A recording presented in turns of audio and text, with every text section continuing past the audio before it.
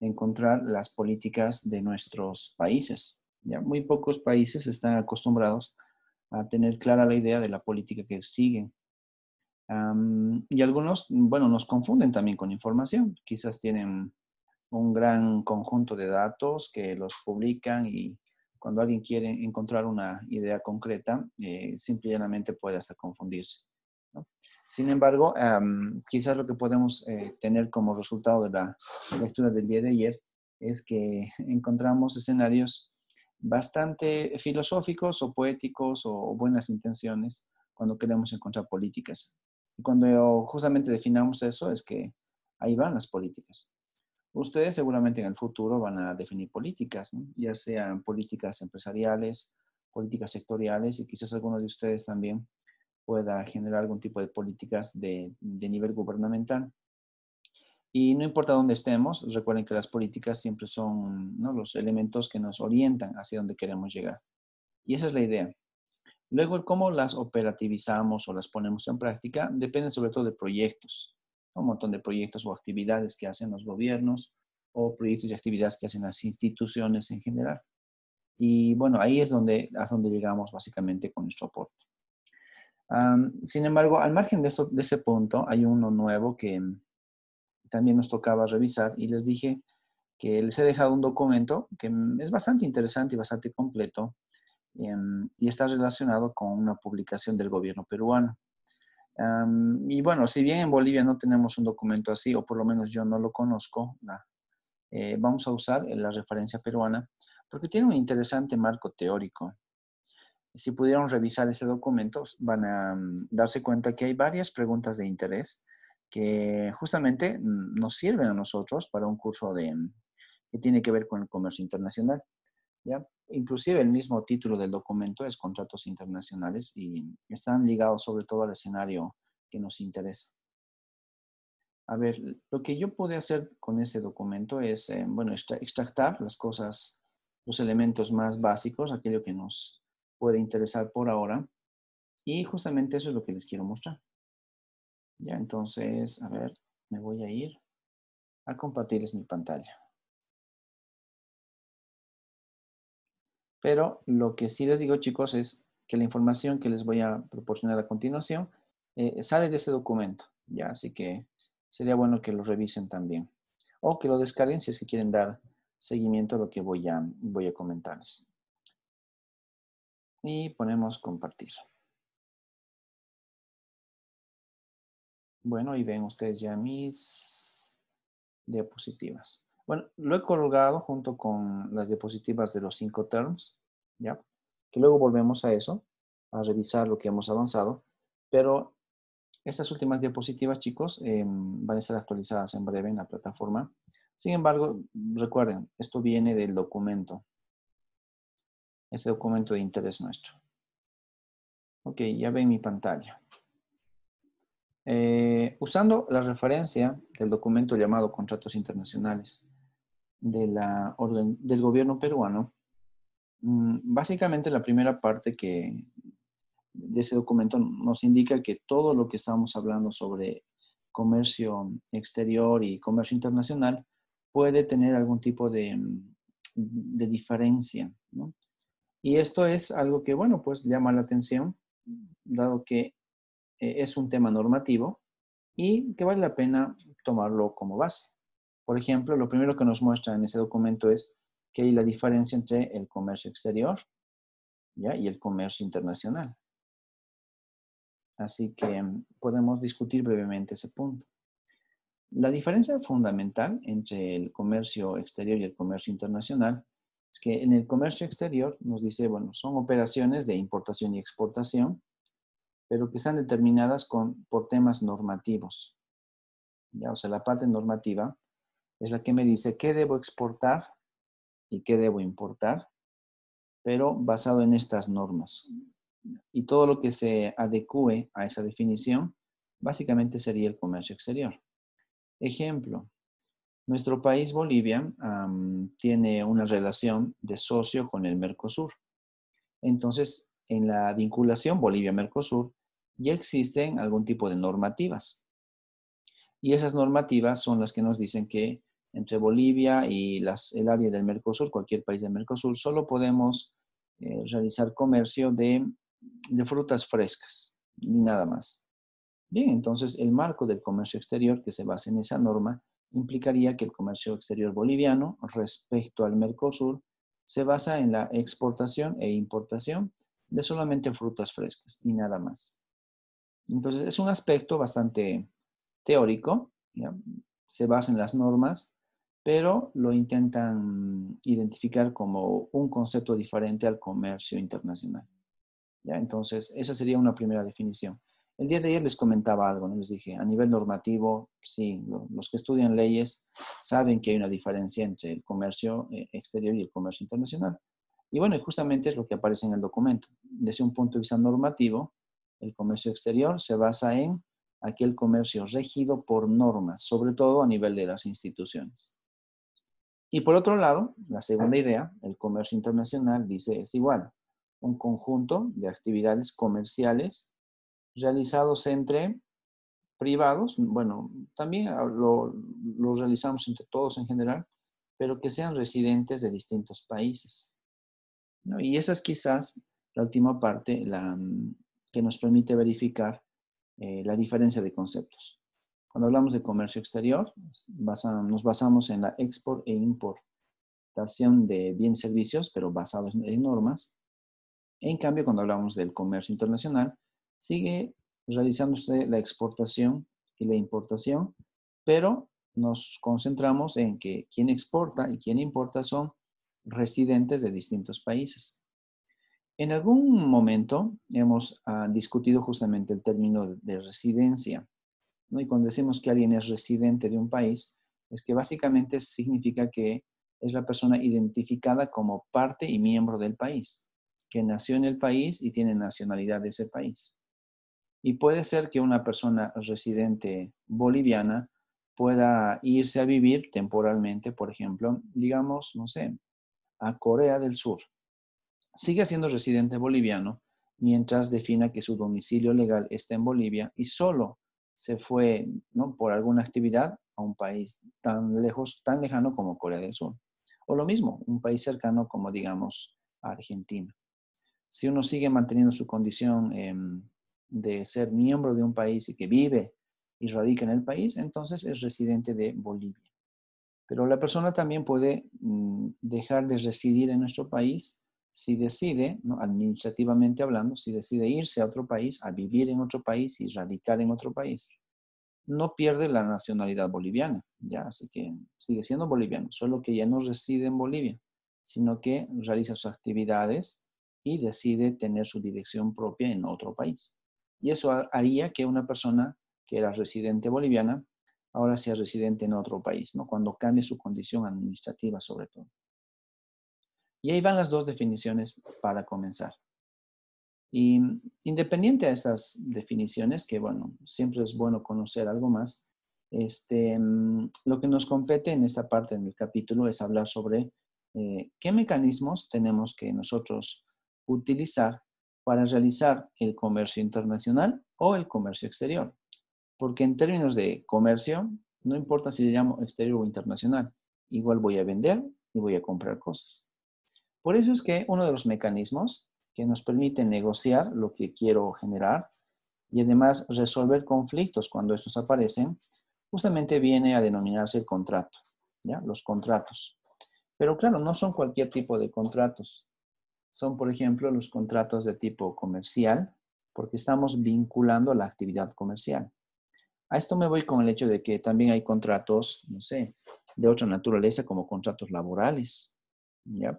Entonces, en este caso nos estamos refiriendo necesariamente a contratos comerciales, porque están vinculando la relación de compra-venta de algo.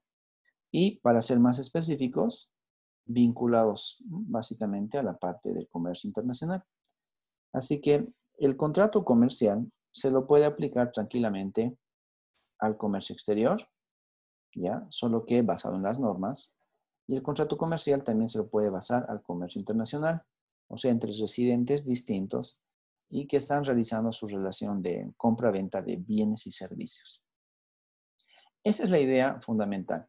Pero quizás algo que igual debemos tomar en cuenta desde un punto de vista académico es que nos interesa la propia negociación como punto de partida para definir cualquier tipo de contrato, ¿no? Las negociaciones entre las partes son muy importantes, porque si bien en muchos países, como en Bolivia, se aceptan contratos verbales, pues a nivel internacional un contrato verbal puede no tener ningún tipo de vigencia.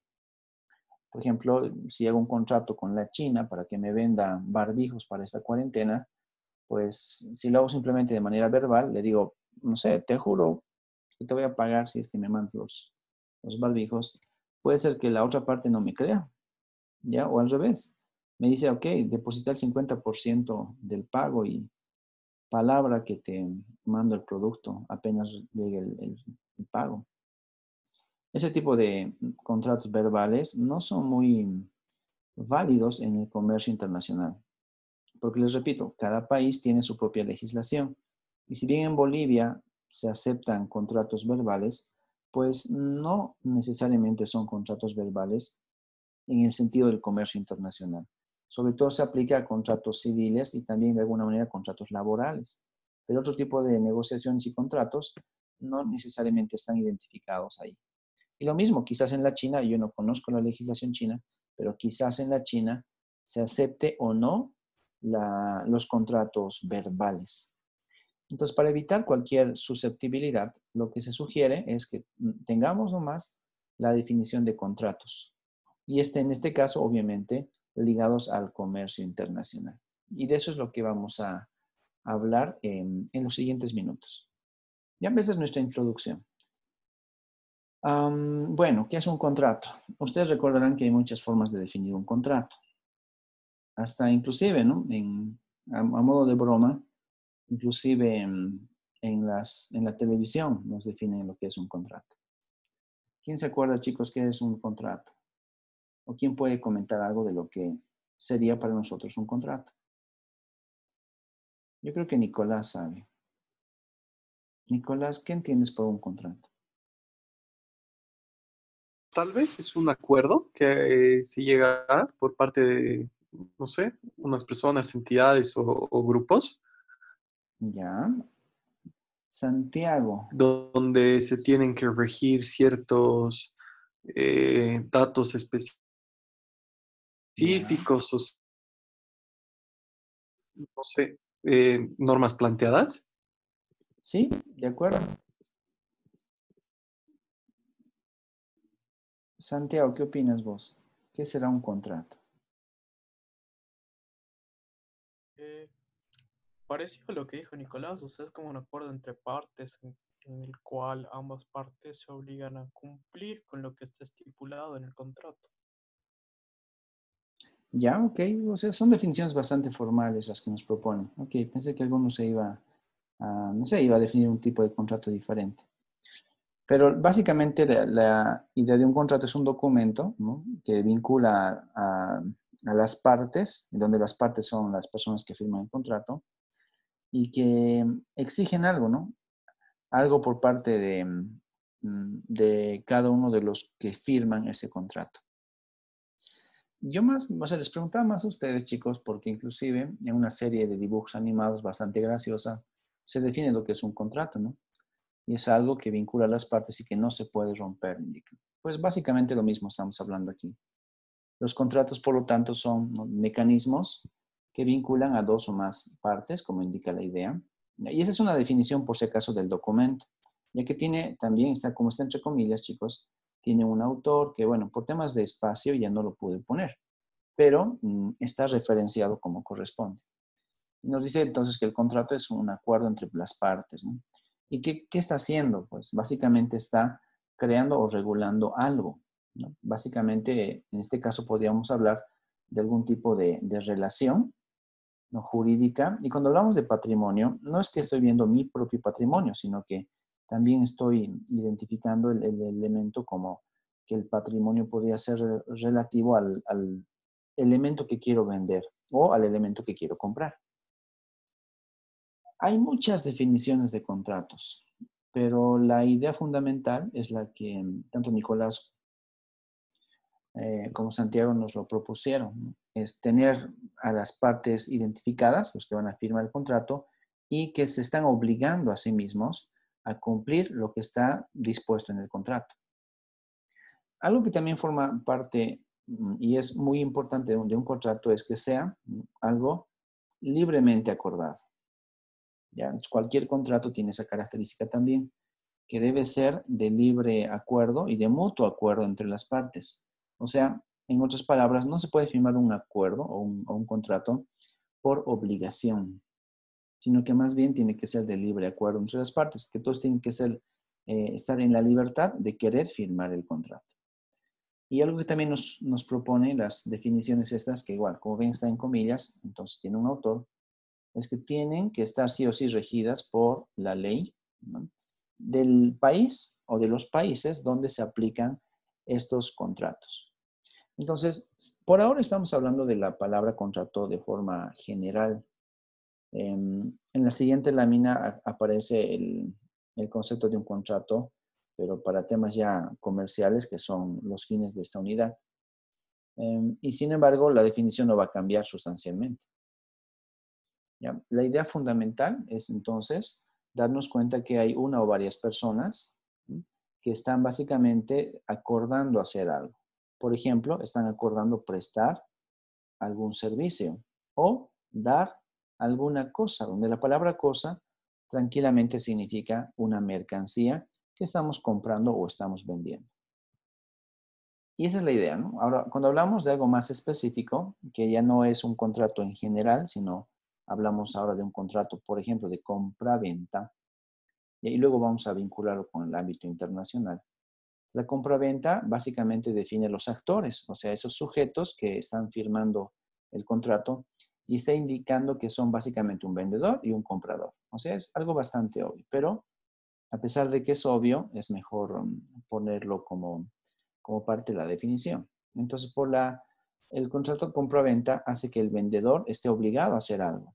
El vendedor está obligado a enviar el producto y cambiar de propiedad del producto en favor de alguien, ¿no? Va a cambiar la propiedad de un elemento en favor de alguien y ese alguien es el comprador. Y si bien el vendedor está obligado a transferir la propiedad de un bien a favor del comprador, el comprador está obligado a pagar por ese bien.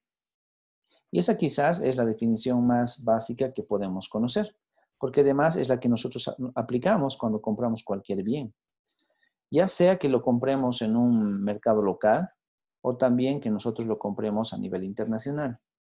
Pero inclusive si lo hacemos a nivel local, comprar cualquier cosa no siempre está de la mano de un contrato, ¿no? Porque entonces un contrato deberíamos firmarlo para comprar cualquier cosa. Sin embargo, hay contratos ahí, como por lo que les decía en Bolivia, que se asumen como ya dados, ¿no? Los contratos asumidos como los contratos verbales, de que yo te vendo tal cosa y tú me das a cambio otra. Y quizás eso se aplica bastante en el ámbito local con productos como los productos agrícolas, ¿no? Solo para entender la idea del contrato de compra-venta. Compro, no sé, tomate de alguien y me vende el tomate y ya está. Y por lo tanto, ahí yo entiendo que no hay un documento al medio que me vincule la relación comercial. Es un contrato hecho ya de facto, ¿no? Hecho en el acto. Y por lo tanto, es algo que lo tomamos en cuenta como dado. Sin embargo, hay otros mecanismos. En una economía un poco más formal, me refiero a que hay una factura de por medio. Y de alguna manera, aunque no lo es, pero de alguna manera, la factura corresponde a ser un documento que está vinculando también la relación del contrato de compra-venta. Cuando ustedes compran, digamos, una computadora en un centro comercial de la ciudad de Cochabamba, normalmente al pagar por la computadora exigen la factura que está identificando el nombre del comprador y el nombre del vendedor. Pues no es un contrato en sí, pero por lo menos con ese documento podemos exigir esa transferencia de propiedad, ¿ya?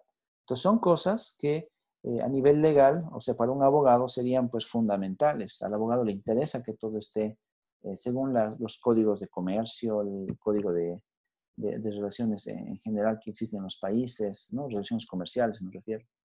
Pero para nosotros como economistas ya entendemos que hay muchos contratos y muchas acciones que se dan de forma intrínseca, ¿no? Y cuyo término podría ser básicamente, no son contratos intrínsecos. Ahí aparecen otras definiciones que en realidad todas estas se parecen bastante, ¿no? Donde nos dice básicamente que la venta, bueno, hablamos aquí que la venta es el contrato que tiene por objeto la transferencia, ¿no?, de la propiedad de una cosa o la transferencia de otro derecho a compensación por un precio dado a un comprador. Entonces, no importa a qué autor nosotros vayamos a revisar, en general todos los autores coinciden con la misma naturaleza de la definición. Y por eso esta, que quizás es la más interesante, es la primera que la ponemos a consideración de ustedes. Las otras definiciones, chicos, verán que básicamente son lo mismo, ¿no? Hablamos de esta tercera, que igual viene de un autor, dice, donde uno de los contratantes se obliga a entregar un producto, ¿ya? Y el otro se obliga a pagar. Bien, listo. Esa es básicamente la idea de cualquier contrato de compra-venta. Abajo dice lo mismo. Habrá compra-venta, o sea, hablamos ya de la acción, habrá compra-venta cuando una de las partes se obliga a transferir algo y la otra se obliga a pagar. Entonces seguimos identificando la misma idea, solo que aquí con 4 definiciones diferentes, de 4 autores diferentes también. Lo mismo debería aplicarse entonces, como ya sabemos que es un contrato y ya entendemos bien que es un contrato de compra-venta, lo mismo debería aplicarse al contrato de compra-venta internacional. O sea, es un contrato porque tiene partes, o sea, individuos que están firmándolo de libre voluntad. Y es de compra-venta porque alguien está entregando un producto o un servicio y alguien está pagando por ese producto o servicio. Y entonces ahí aparece esto, el contrato de compra-venta, que hasta ahí llegamos hace rato, contrato y luego compra-venta y ahora internacional. Entonces, uniendo las definiciones previas, estamos hablando ahora de una modalidad donde las personas de un país, o sea, las partes, dicen que son personas naturales o jurídicas. Ahorita les explico qué es. Básicamente están, ¿qué? Vendiendo o comprando mercaderías y cobrando un precio por ellas. ¿Ya? Sigue siendo la misma esencia de las definiciones previas.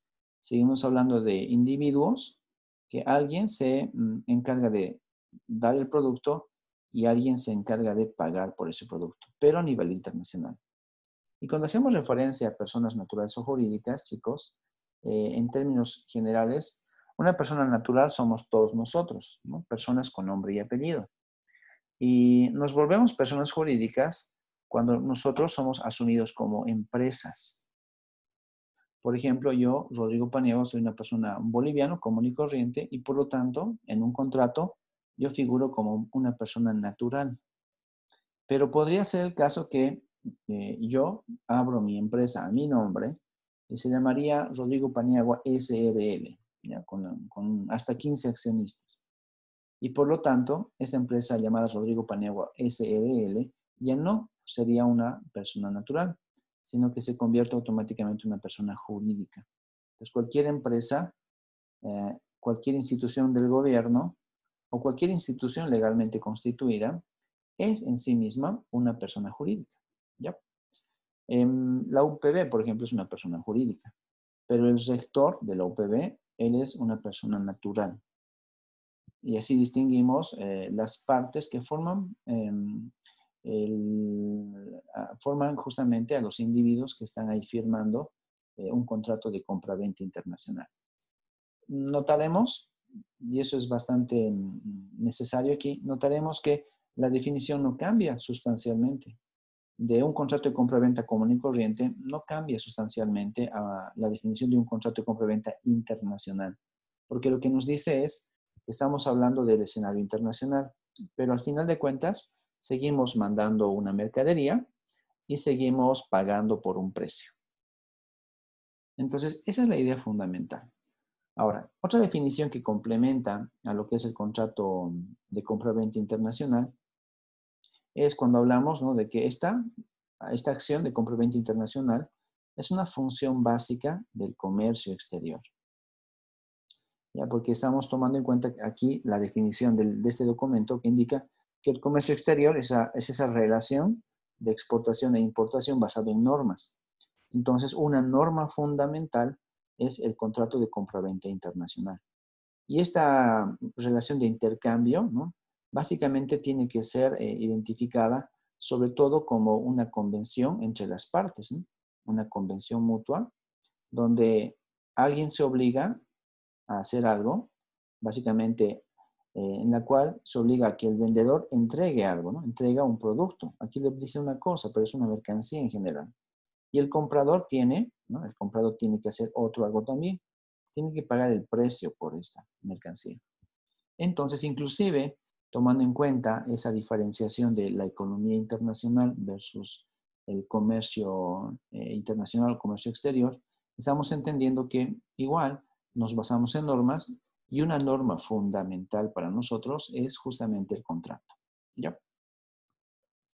Bueno, esa es la idea de los contratos. Luego vienen tipos de contratos. A ver, chicos, aquí les pregunto a ustedes. Antes de ir a las partes del contrato y antes de ir a los tipos de contrato, ¿ustedes han conocido algún tipo de contrato o han firmado algún tipo de contrato?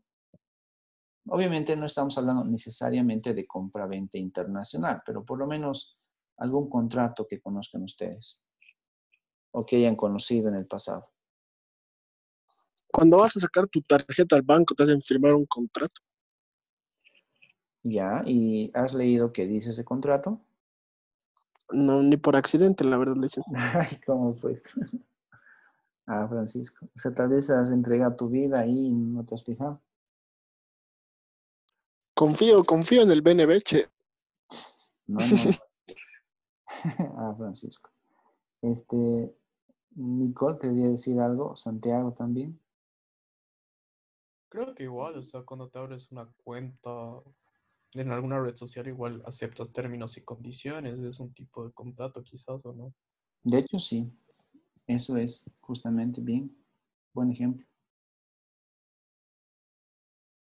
Le hemos cortado la inspiración a Nicole, creo. Nicole. Igual cuando, o sea, yo digamos cuando voy a inscribirlo al colegio de mi hermanito, te hacen firmar un contrato. ¿Y leíste el contrato alguna vez? Ay, o sea, creo que te habla de los pagos y esas cosas, pero no le presto mucha atención, la verdad. Ah, ya.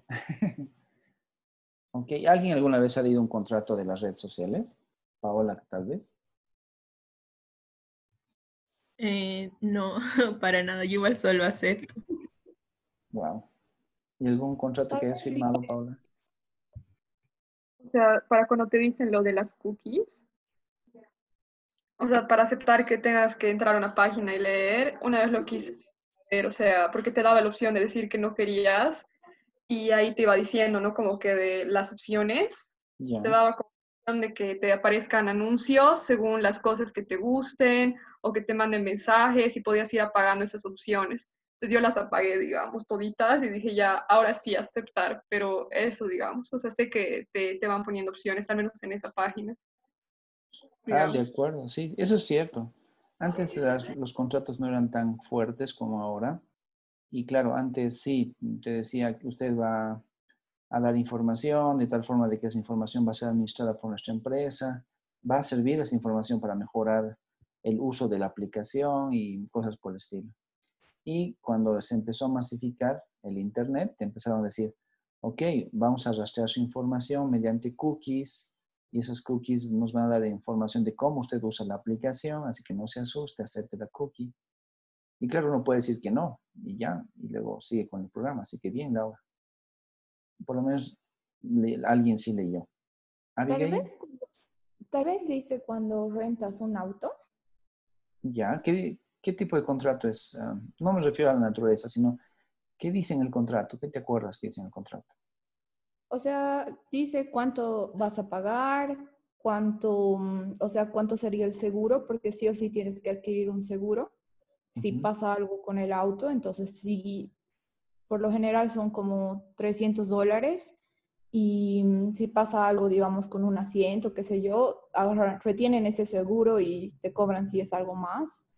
Tal vez igual te dice todas las características que incluye el auto, ¿no? Si vas a pedir servicio de navegación extra, etcétera. Y también los pases que vas a tener por, no sé. Creo que eso es todo, Lice. Ah, ya, Lo ok. que dice. Bueno, en ese caso es un seguro que está bastante bien detallado, según nos comenta Abigail, que sí, efectivamente, te dan el servicio, no te entregan el servicio, que es el servicio o que se puede entender como el permiso de usar el vehículo, ¿no? Ese servicio de la renta del auto, pero te dan muchas condiciones que tienes que aceptarlas. Y claro, si no aceptas, pues no te dan el servicio ya. Y ese tipo de cosas suceden. Así que cuando hablamos de contratos, chicos, el tema del contrato quizás puede ser visto como una formalidad más, pero para la economía internacional, el contrato es algo que es fundamental, dado que nos ayuda, ¿no?, a entender cómo estamos funcionando en general, ¿no? Y lo que les decía al principio, mucho se discute el hecho de que en algunos países los contratos verbales bastan y ya, con un contrato verbal podemos hacer muchas actividades. Y en economía nos encanta hablar sobre contratos verbales, dado que un contrato verbal forma parte de las instituciones de los propios países, ¿no? En cambio, en la historia y la evolución económica y todo lo que son las reglas del juego a nivel del comercio internacional, ya aparece, ¿no?, la necesidad, ¿no?, incluso hasta la obligación de alguna manera de firmar un contrato, sobre todo para tener clara la idea de cómo estamos funcionando las partes, ¿no? Quién se obliga a hacer algo y quién se obliga a cumplir con otro algo. Alguien se obliga a entregar un producto o servicio y el otro se obliga a pagar por el producto. Y lo peor que podría pasar quizás es lo que a veces nos sucede, de que confiamos en la otra parte, ¿ya? Y la otra parte, pues, después nos llega, no sé, a estafar, por decir algo. Ahí le pregunto a Francisco que quizás cuando firmó su contrato con el banco, ¿qué pasaba si decía el banco que si en 3 meses no mueves tu dinero, se transfiere a nombre del dueño del banco? Ahí estaríamos fregados, ¿no, Francisco?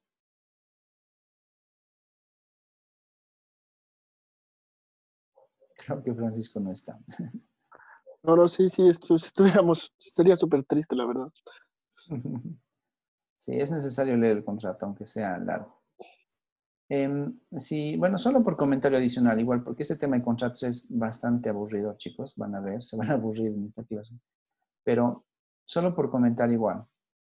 Cuando ahora nosotros abrimos una cuenta de Facebook o una cuenta de las redes sociales, todo lo que se conoce como redes sociales, ¿no? No todo calza como red social, pero ya lo entendemos como una palabra coloquial, red social. Por ejemplo, si entro a WhatsApp y me instalo WhatsApp en el celular o Telegram, o también estoy con la aplicación de Facebook, la cual sí es una red social, y hay muchas otras, ¿no? Está Twitter, está Pinterest, está, pucha, se me fue. Hay tantas aplicaciones que básicamente lo que hacen es, nos hacen firmar un contrato y nos dan el servicio gratuito, ¿no? Y por ejemplo, cuando alguien entra a Facebook, sabe que puede distraerse en Facebook, puede también comunicarse por Facebook, puede promocionarse por Facebook. Hay muchas cosas que alguien puede hacer por Facebook y todas esas básicamente las hacemos, las disfrutamos y las aprovechamos de forma gratuita. Y así es como, claro, se ve que uno puede hacer muchas cosas con el Facebook, puede vender sus productos por el Facebook y puede no estresarse por la pandemia revisando el Facebook todo el día. Pero ese es un servicio gratuito, ¿no? Y en economía nosotros sabemos que no hay nada gratis. Así que les pongo esta pregunta. ¿Cómo es que funciona Facebook? Vende nuestra información. Exacto. Ya. A ver, Sebastián, ¿cómo sería esa cosa? ¿Cómo vende nuestra información? ¿Qué sabes? O sea, lo que pasa es que hay algunas teorías, obviamente son medio conspirativas, pero que nos dicen que sitios grandes como Google, Facebook, como que venden nuestra información, o sea, cómo nos comportamos en sí, Ujú. para que otras empresas en general vayan, o sea, vendan, usen esos datos para vendernos mejor, digamos. Ya, Entonces, no sé, ya hay un tema ahí súper fuerte con la libertad, digamos. ¿Qué tan libres somos? Pero ya, más allá, gracias. digamos, de teorías conspirativas, ya hay casos que sí han sido demostrados, porque han llegado hasta tribunales, digamos. No sé, por ejemplo, se deben ubicar el caso que ha tenido Facebook por la demanda, digamos, que ha tenido por Cambridge Analytica. Hay un documental y todo en Netflix, pero básicamente Cambridge Analytica era como que esta empresa de información, de Big Data, digamos, y Facebook le ha vendido información a este Cambridge Analytica, y Cambridge Analytica ha sido como que los que han organizado varias campañas políticas como que en el mundo, digamos, por ejemplo, ellos han organizado la campaña política de Trump o la campaña política a favor del Brexit. Entonces Facebook, o sea, se ha demostrado porque ha llegado a tribunales, así ha sido, es súper bueno ese documental, véanlo.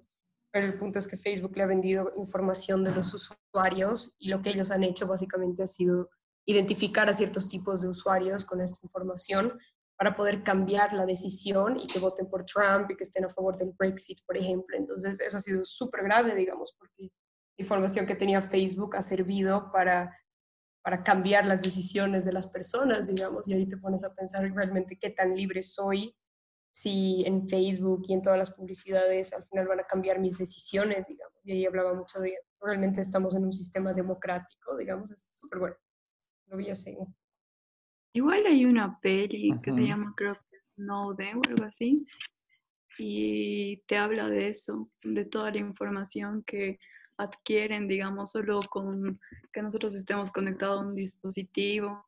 Y es súper genial porque al final te engañan, pero y es la vida real. Pero, ok, gracias. Pero ahí justo con lo que comenta Natalia, ahí quería llegar, o sea, no quería decirles yo de forma directa, sino tantear a ver qué tanto están informados de ese tema. El Big Data. El Big Data, chicos, o macrodatos, es el nombre que normalmente lo conocemos como macrodatos en español, pero el término Big Data, o sea, es mundialmente conocido. O sea, plataformas como Facebook, ¿no? Obviamente la principal Facebook, Instagram, Twitter mismo, se manejan bajo entornos de Big Data. Y cuando nosotros aceptamos las condiciones de seguridad y todo lo que implica al acceder a Facebook, estamos aceptando un contrato, ¿no? Y como dice ahí las definiciones, incluso contratos internacionales, es que alguien se obliga a hacer algo y otro alguien se obliga a algo más. Y cuando nosotros firmamos el contrato, decimos aceptar y firmamos así el contrato digital con Facebook, efectivamente le estamos dando permiso a Facebook para que almacene nuestra información. Entonces, si nosotros le hemos dado permiso a Facebook para que haga eso, es complicado después de mandar y decirle por qué lo has hecho. Y como dice Natalia, Cambridge Analytica efectivamente tuvo un gran problema hace no mucho tiempo que provocó que incluso ¿no? Mark Zuckerberg esté ahí ante un jurado como acusado y tuvo que estar declarando por lo que hace Facebook. Pero todo esto, chicos, más allá de la conspiración, es algo sumamente interesante. Es algo quizás una de las de las innovaciones más importantes de los últimos 20 años. Porque el hablar sobre Big Data no es reciente. El Big Data aparece como un término ya publicado en libros en la década de los 90. Básicamente para finales de los años 90, el 99, el término Big Data ya es mundializado. Y solo para que entendamos de qué se trata la idea, y es que en los primeros 4 años de aplicar el Big Data, del año básicamente 2010 al 2014, aplicarlo con supercomputadoras de IBM, el Big Data lo que hizo con Facebook y con otras redes sociales es acumular información. Cada vez que ustedes, por ejemplo, entran a una aplicación, hablemos del Facebook, y empezamos a darle like a algún tipo de publicaciones, o quizás le damos, no sé, me gusta, me enoja, lo que sea. Todos esos puntos son bytes que se van acumulando y eso lo hacemos, pero 1.000 millones de personas por segundo. Y es tanta información que recolecta esta plataforma de Facebook y que, ojo, se avala en que firmó un contrato con nosotros Y esa información le sirve sobre todo a esta empresa para venderla a las empresas, a las otras grandes empresas que venden productos. Entonces Facebook le vende nuestros perfiles, nuestros patrones de comportamiento. Y no vi ninguna película, pero sí revisé algunos artículos que decían sobre marketing, sobre todo, que indican que cómo es que, no sé, Apple Computers desarrolla sus iPhones y cómo es que los evoluciona con el paso del tiempo. O sea, cómo hemos pasado de un iPhone chiquito de metal a un iPhone más grande y cómo hemos pasado de un iPhone con una cámara a un iPhone con dos y ahora el iPhone 11 que tiene 3 cámaras. Creo. O sea, ¿de dónde viene la idea? ¿Será que hay científicos en las empresas que están diseñando las cosas? O quizás usamos el Big Data. Y nada raro, por eso si nos ponemos a pensar en el tema comercial, nada raro identificar también que la empresa Samsung ha sacado su teléfono, el Samsung S20, y que tiene 4 cámaras. O sea, estamos compitiendo por cámaras, pero ¿quién define eso? Según los investigadores del marketing, marketing a nivel de comportamiento, lo que hacen es utilizar la información del Big Data y se dan cuenta en algunas tendencias que a mucha gente le interesa y le encanta subir fotos a las redes sociales. Y cuando suben fotos a las redes sociales, les encanta que sus fotos sean artísticas. ¿Y cómo hacemos que una foto sea realmente así, artística, muy bonita, muy linda y demás? Bueno, pues depende de las cámaras que tengamos. Si tengo 2 o 3 cámaras en un celular, esas 2 o 3 cámaras me van a permitir no solamente enfocar el primer plano, también enfocar el fondo y quizás analizar el término de profundidad con la luz. Y de ahí vienen las 3 cámaras. Y todo ese desarrollo de los celulares iPhone, los Samsung, Galaxy S20 y demás, se debe al análisis de Big Data que dan las redes sociales. Por lo tanto, ¿quién es la persona que va a empezar a comprar un celular de esa naturaleza? Pues quizás por la moda a alguien y también otros porque por la camarita, dado que eso les da, ¿no?, la utilidad del celular. Así que el Big Data justamente es quizás el negocio del futuro que está muy ligado a los contratos que firmamos nosotros con Facebook, con Twitter, con Instagram y demás. Y lo más interesante es un dato que aparece en Wikipedia. Si pueden, busquen un Big Data en Wikipedia. El año 2014 se acumuló aproximadamente 5 zettabytes de información. ¿Ya? Zettabytes. ¿Qué es un zettabyte? Para los que conocen algo de computación y sobre todo sobre temas de números grandes en matemática, sabemos que le ponemos ciertos prefijos a los números. Y solo para que entendamos qué es un zettabyte, es un 10 elevado a la 21. Ya es un número que tiene 21 ceros después. Así de grande es el número. Y bueno, pues 21 ceros después de un número, pues no parece tan complicado. Pero ahí se complica un poquito más si ustedes entienden que son 21 ceros. Chicos, ahí les pregunto una cosa solamente sencilla para cerrar esta parte del break con preguntas fuera de contexto. ¿Alguien sabe cuántas estrellas se han podido contar en el firmamento? Uy, no, ni idea. No, ni idea, Liz. ¿Cuántas qué, Lice? Estrellas. Ah, oh, no, ni idea. Ya. Pues de entrada, sabemos que hay infinito número de estrellas, porque seguimos descubriendo cada día una nueva estrella, un nuevo grupo de estrellas. Pero hasta la fecha, bueno, hasta el año pasado, se logró contar el número de estrellas visibles desde la Tierra y que equivalía a un 1 seguido de 22 ceros. ¿Ya? Entonces, una noche, chicos, párense ahí, no sé, en su balcón, en su patio, en la calle. Bueno, no salgan a la calle, en el patio nomás. Se apagan todas las luces de su casa y ven al cielo, van a ver un montón de estrellas. Imaginen hacer eso alrededor del mundo. Imaginen que pueden contar todas esas estrellas observables.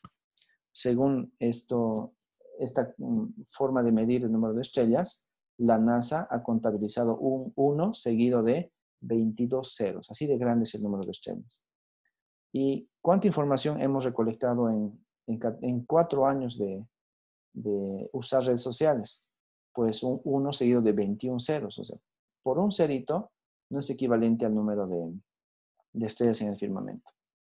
Ahora, si no me entiende mucho la dimensión que les comento, pues buscando información sobre el Big Data y las redes sociales, imagínense que tienen un libro de economía internacional, su libro Krugman. ¿Se acuerdan de su libro Krugman? Imagínense que ese libro Krugman de todos ustedes los vamos poniendo uno encima del otro. ¿Ya? Tenemos el libro de Sebastián, ponemos abajo, encima el libro de Santiago, encima el libro de Paola, encima el libro de Nicole y así sucesivamente. Podríamos, esos libros de Krugman, podríamos apilarlos y que esa pila llegue hasta el sol. ¿Ya? Y cada letra que está en el libro es equivalente a un byte. Entonces, cada letrita del libro es un byte y millones de bytes hacen un libro y millones de libros hacen una fila tan larga que llega hasta el sol. Y multipliquen esa fila por 4.500. Entonces, 4.500 pilas de libros que llegan desde la Tierra hasta el sol es equivalente al total de información que se ha movido en las redes sociales. ¿No? Y todo eso sale ¿de dónde? Pues de que nosotros le damos permiso a las redes sociales de que usen nuestra información. Así que, Natalia, no es que estamos tan invadidos, sino que nosotros le hemos dado permiso a la red social para que use nuestra información. Ahora, el cómo la use, eso ya pues va más allá. Pero hemos firmado un contrato, por si acaso. Un OK vale Sí, como es contrato. verdad. Pero bueno, ahí vamos. Gracias, chicos. Bien, entonces tenemos por ahora 3 conceptos básicos. Ahí están nuestros conceptos. Este es uno, que es un contrato, del cual ya sabemos básicamente que es una relación entre las partes que obliga a que alguien entregue algo a cambio de otra cosa de la otra parte. Y si es un contrato de compra-venta, entonces ya sabemos que las partes son un comprador y un vendedor. Y sabemos que alguien entrega algo que es un bien o un servicio y el otro responde con el pago por el bien o por el servicio. Y si nos vamos al tercer concepto, vemos que un contrato de compra-venta internacional sigue identificando a un comprador y a un vendedor, sigue identificando que alguien entrega un bien o un servicio y alguien lo paga, pero esta vez lo hacemos entre individuos que están en diferentes lugares. Y esos individuos, además, los entendemos como residentes de otros países. Y entonces yo, de Bolivia, que resido en Bolivia, puedo importar bienes de la China, de alguien que reside en la China. Entonces, él me vende como residente chino algo y yo le compro como residente boliviano ese algo. A eso le estamos llamando la compraventa internacional. En ningún momento hablamos de nacionalidades, ¿verdad? O sea, alguien que está en la China no tiene que ser chino, puede ser, no sé, japonés si quieren, pero está residiendo en la China y desde ahí me vende el producto. Y yo aquí en Bolivia puedo no ser boliviano, digamos, soy, no sé, brasilero, puedo importar el producto aquí hasta Bolivia. Y eso no altera el hecho de que estamos realizando la actividad de compra-venta internacional entre residentes de distintos países. ¿Ya? Ahora, cuando hablamos de estos contratos, entendiendo sobre todo que nos interesa la idea del contrato de compra-venta internacional, algo que podemos revisar es esto, ¿no? Las características que presentan los contratos de compra-venta internacional. Y ahora sí nos vamos a enfocar sobre todo en esta parte de compra-venta internacional. Algunas características indican, por ejemplo, que tiene que ser de consenso mutuo, ¿no? Aquí, consensual. Básicamente implica que son acuerdos que se van realizando de libre voluntad. De libre voluntad. Es esto muy parecido a lo que les comentaba hace rato, que tiene que haber libre elección, o sea, libertad de elección. Nadie me obliga a firmar el contrato, sino que yo firmo el contrato de libre elección, porque me conviene básicamente, ¿no? Entonces, la primera característica de los contratos es que tienen que ser redactados desde ese punto de vista. Y cuando ustedes firmen un contrato, inclusive para acceder a un servicio, no siempre un producto, tenemos que entender que ese acuerdo es de tipo consensual. Por eso, otra vez vuelvo con el tema de Facebook, ¿no? Facebook nos pone un contrato, nos dice si queremos aceptar y no nos obliga, ¿no?, a aceptar eso justamente. Y por lo tanto ahí estamos, ¿no?, aceptando que use nuestra información. La otra, los contratos tienen que ser, bueno, básicamente bilaterales. ¿A qué se refiere que sean bilaterales? Pues básicamente entendemos que tenemos dos individuos diferentes. Uno que es el que vende y otro es el que compra. ¿Cómo sería? Que hay una prestación de un servicio, básicamente, y el otro es el que usa el servicio. La idea bilateral implica sobre todo que estamos definiendo al comprador y al vendedor, ¿ya? Y donde cada una de las partes tiene sus respectivas obligaciones que cumplir. Y esa es la idea que sí o sí parece bastante obvia, pero la podemos identificar como válida. En algún momento alguien puede pensar que, bueno, es bilateral entre el comprador y el vendedor, pero ¿acaso no puede haber una tercera parte? No. La respuesta es que no. Porque alguien, aunque sea un grupo de personas, vende. Y alguien, también un grupo de personas, compra. Siempre hay alguien que es dueño del producto y alguien que se vuelve el comprador del producto, ya sea una persona o un grupo de personas. Por eso es que se lo entiende normalmente como algo bilateral. Si existiera una nueva entidad, para que sean no dos, sino tres, ¿qué haría la tercera? Pues tal vez nada. Entonces, por eso es que se lo entiende como bilateral sobre todo, ¿no? En la coyuntura general de redacción de contratos, debemos entender que esos son siempre bilaterales y no importa el número de personas involucradas. Oneroso es, bueno, es algo positivo. Los contratos tienen que ser onerosos. Significa básicamente que tienen que ser beneficiosos para las partes, ¿ya? Muchas veces la palabra oneroso está vinculado con ser caro.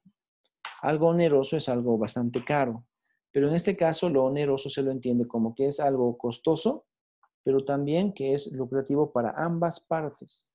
Cuando yo compro algo y cuando alguien me vende algo, le tiene que beneficiar a él y me tiene que beneficiar a mí, ¿ya?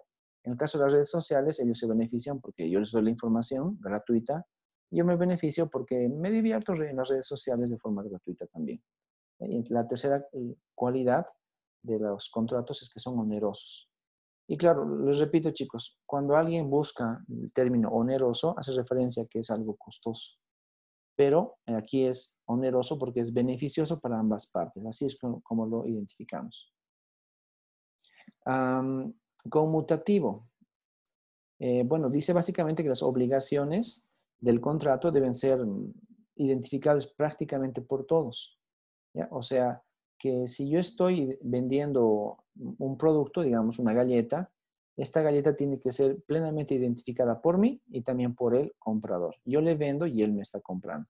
Entonces, esa mercancía, cuando es identificada plenamente por las partes, también tiene un acuerdo de pago por las partes. Por ejemplo, yo sé que la galleta puede valer, digamos, 7 bolivianos, ¿ya? Muy parecido a $1. Y si le estoy vendiendo a alguien, ¿no?, que me va a pagar inclusive en otra moneda, digamos en dólares, el pago por el bien debe ser equivalente, ¿ya? Eso tiene mucho que ver con el hecho de la ética, ¿no? A la ética al momento de no engañar a alguien cuando le estoy haciendo el contrato. Así que lo conmutativo aparece ahí, de que tiene que ser identificable para las dos partes involucradas en el contrato, aquello que estamos realizando, aquello que estamos conviniendo en vender y en comprar, ¿no? Convenimos que alguien compre y que alguien vende un producto identificable por las partes. También se puede identificar esto, o se puede interpretar sobre todo con que estamos esperando que nadie tome el pelo a nadie. Que, por ejemplo, no nos den gato por liebre. Quizás ahí va la cosa. Lo conmutativo es que es un bien común identificable por ambas partes. Yo pedí una galleta y pues me dieron una galleta. Y el precio de la galleta que yo le pago es equivalente a lo que el otro espera recibir. Y creo que hay 3 más, bueno, 4 más, ahí está. Una característica dice que debe haber un principal. Bueno, el contrato de compraventa internacional tiene existencia propia, ¿no? Y de ella pueden emerger otros contratos accesorios. Ok, cuando hablamos de que el contrato es el principal, es que es según el cual podemos regir cualquier tipo de anexos o adendas que pueden aparecer junto con este contrato. En Bolivia estamos acostumbrados a tener, sobre todo desde la parte gubernamental, estamos acostumbrados a tener adendas o ampliaciones de contrato, sobre todo cuando compramos cosas con el resto del mundo. Entenderán, chicos, que hace pocos días atrás, hace 3 días atrás, más o menos apareció la noticia de que el tren metropolitano que Bolivia compró y que compró de un país europeo, llegó hasta el puerto y está en Chile, ¿ya? Pero de Chile no lo hemos desaduanizado hasta ahora. Pues al parecer el contrato con la persona o con la entidad que está realizando el tren metropolitano podría no estar siendo cumplido de forma plena.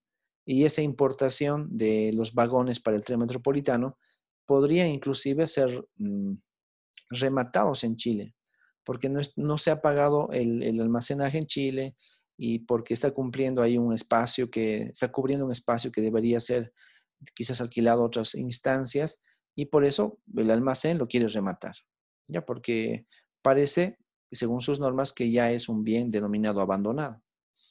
Por lo tanto, Bolivia, con la entidad compradora o la importadora del bien, ya tiene un contrato original que indica que los vagones tienen que llegar hasta acá, hasta nuestra ciudad Cochabamba.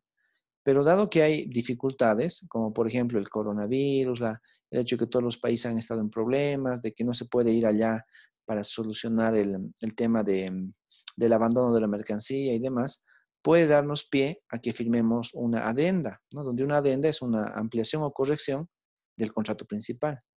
Y esta adenda que podemos firmar dirá algo muy claro, como que efectivamente por problemas de la coyuntura de salud del mundo, no se ha podido recoger el producto a tiempo y que ahora lo vamos a hacer y que se van a pagar quizás lo que corresponda en multas y comisiones. Entonces, el documento principal siempre es la base o la guía de todo lo que podemos hacer después.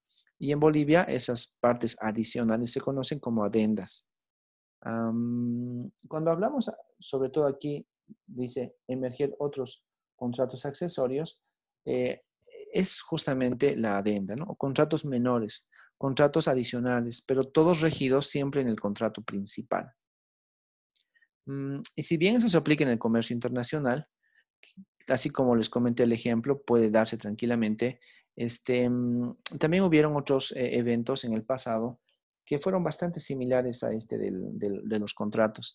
El año pasado, el 2019, si no el final de 2018, quizás ustedes escucharon la noticia de que había un avión de lujo estacionado en Viru, allí en Santa Cruz, y que ese avión estaba por ser confiscado a nombre del Estado boliviano. Y hubo un gran revuelo en las noticias porque el año pasado, recordarán, a principios de año, todo el mundo decía que Evo Morales ya tiene un avión, ¿para qué quiere otro? Es un avión de lujo, cuesta mucha plata. Y mucha gente no quería que se confisque ese avión en nombre del gobierno boliviano porque pensaban que era mucho gasto. Claro, no estábamos comprando, estábamos confiscando. Y ese avión iba a salir gratis, pero el mantenimiento del avión era algo bastante costoso. Sin embargo, apareció el dueño, que era un mexicano, y básicamente indicó que no pudo volver a su país por problemas de papeles, algún visado que les negaron en Bolivia o algo así, y por lo tanto él volvió por su propia cuenta, dejando su avión en Viru. Y después de hacer algún tipo de contratos adicionales con la empresa transportista, se llevó nomás su avión de lujo, ¿no? Y el avión de lujo entonces ya no pasó a manos del gobierno boliviano, sino que volvió con su dueño en México. Entonces nosotros no solamente somos los que podemos buscar contratos adicionales al contrato principal, sino que también podemos aprobar que otros hagan contratos adicionales dentro de nuestro territorio, sobre todo cuando hablamos de temas internacionales. Y en los dos casos que les comenté, en el supuesto caso del tren metropolitano que está a punto de ser justamente cerrado, y también el otro caso, ¿no? Cuando a Bolivia llegó un avión que se quedó varado ahí y casi lo rematamos a nombre de Bolivia, igual se lo llevaron, ¿no? Entonces, ese tipo de cosas dicen que podemos ser una parte a veces afectada o en otro podemos ser la parte interesada. Pero seguimos hablando de contratos principales y otros contratos adendas que se van firmando. Cuando hablamos de nominado, ya hacemos referencia a la identificación sobre todo. Debe ser regulado de modo preciso, o sea, tiene que ser bastante bien identificado y la forma en la cual es redactado el contrato no debe dar lugar a cualquier tipo de dudas. Entonces, muchas instituciones, sobre todo como le indica las Naciones Unidas, ya tienen acuerdos entre las partes para que justamente los contratos siempre sean identificados como una redacción precisa y que no generen ningún tipo de problemas. Inclusive llegan, ¿no?, a elementos como el de Viena, ¿no? El elemento de Viena que vía las Naciones Unidas ya tuvieron acuerdos de cómo se van a firmar los contratos desde las Naciones Unidas, de libre discusión, que ya lo hemos comentado, y también de ejecución instantánea. O sea que una vez que aplicamos un contrato, se puede dar el tiempo para ponerlo en marcha. Son algunos de los elementos, ¿no?, recomendados para los contratos. Y luego vienen sobre todo los tipos de contratos que aparecen, ¿no? Elementos de un contrato. Esto es para la parte de redacción. Si alguna vez redactan un contrato, chicos, quizás les convenga identificar todo esto. Me refiero a un contrato de comercialización internacional, porque nos indica en los contratos todo lo que tenemos que identificar, como por ejemplo, el objeto del contrato es, estoy firmando el contrato para comprar ¿qué? Comprar, no sé, automóviles, para comprar aviones. Siempre hay un objeto del contrato que identifica la razón de ser de ese documento. Y luego dice la identificación de las mercancías. Y eso significa detallar adecuadamente qué tipo de bien voy a comprar o voy a vender. Luego el precio, ¿no? En un contrato siempre tiene que haber el precio o por lo menos identificar la razón de precio y la moneda en la cual se va a pagar. Y como es un contrato de temas de comercio internacional, ¿cómo se va a enviar la mercancía?, ¿no? Entonces, eso es fundamental. Y ustedes aquí saben que el envío de las mercancías y el contrato que se firma para las mercancías tiene mucho que ver con los Incoterms, ¿no? Entonces, ahí aparecen muchos elementos. ¿Cuándo se va a pagar? ¿Dónde se va a entregar la mercancía? ¿Qué documentos tenemos que nosotros recibir del vendedor? Porque cuidado que hay algún documento que no me llega del vendedor y con eso yo no pueda sacar mi producto de la aduana. Las certificaciones del producto cuando correspondan. Recuerden que una certificación que a veces funciona es la certificación de origen, ¿ya? Algunos productos tienen certificación de origen y por lo tanto debemos usarlas. Obligaciones de las partes, que bueno, eso significa a qué están acordando ambas partes del contrato. Cuando corresponda patentes, siempre la vigencia del contrato para saber hasta qué fecha uno es responsable por el producto.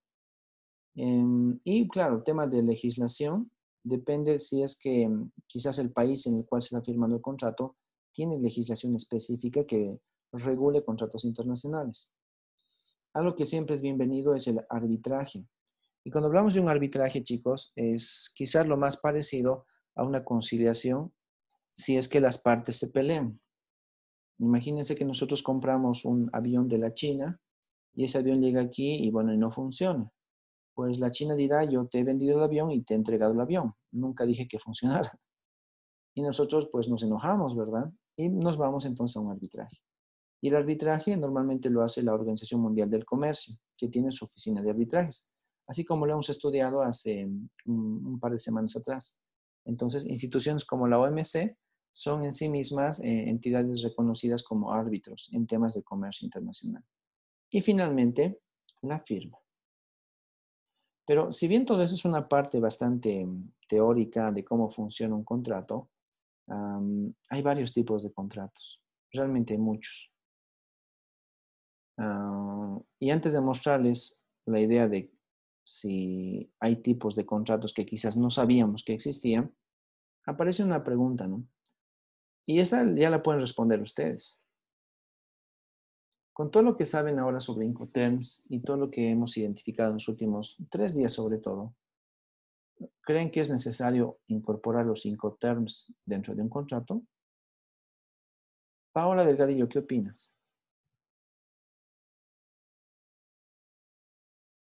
Eh, yo creo que sí, o sea, que quizás es una recomendación incluirlos para poder delimitar las obligaciones y demás del comprador y del vendedor.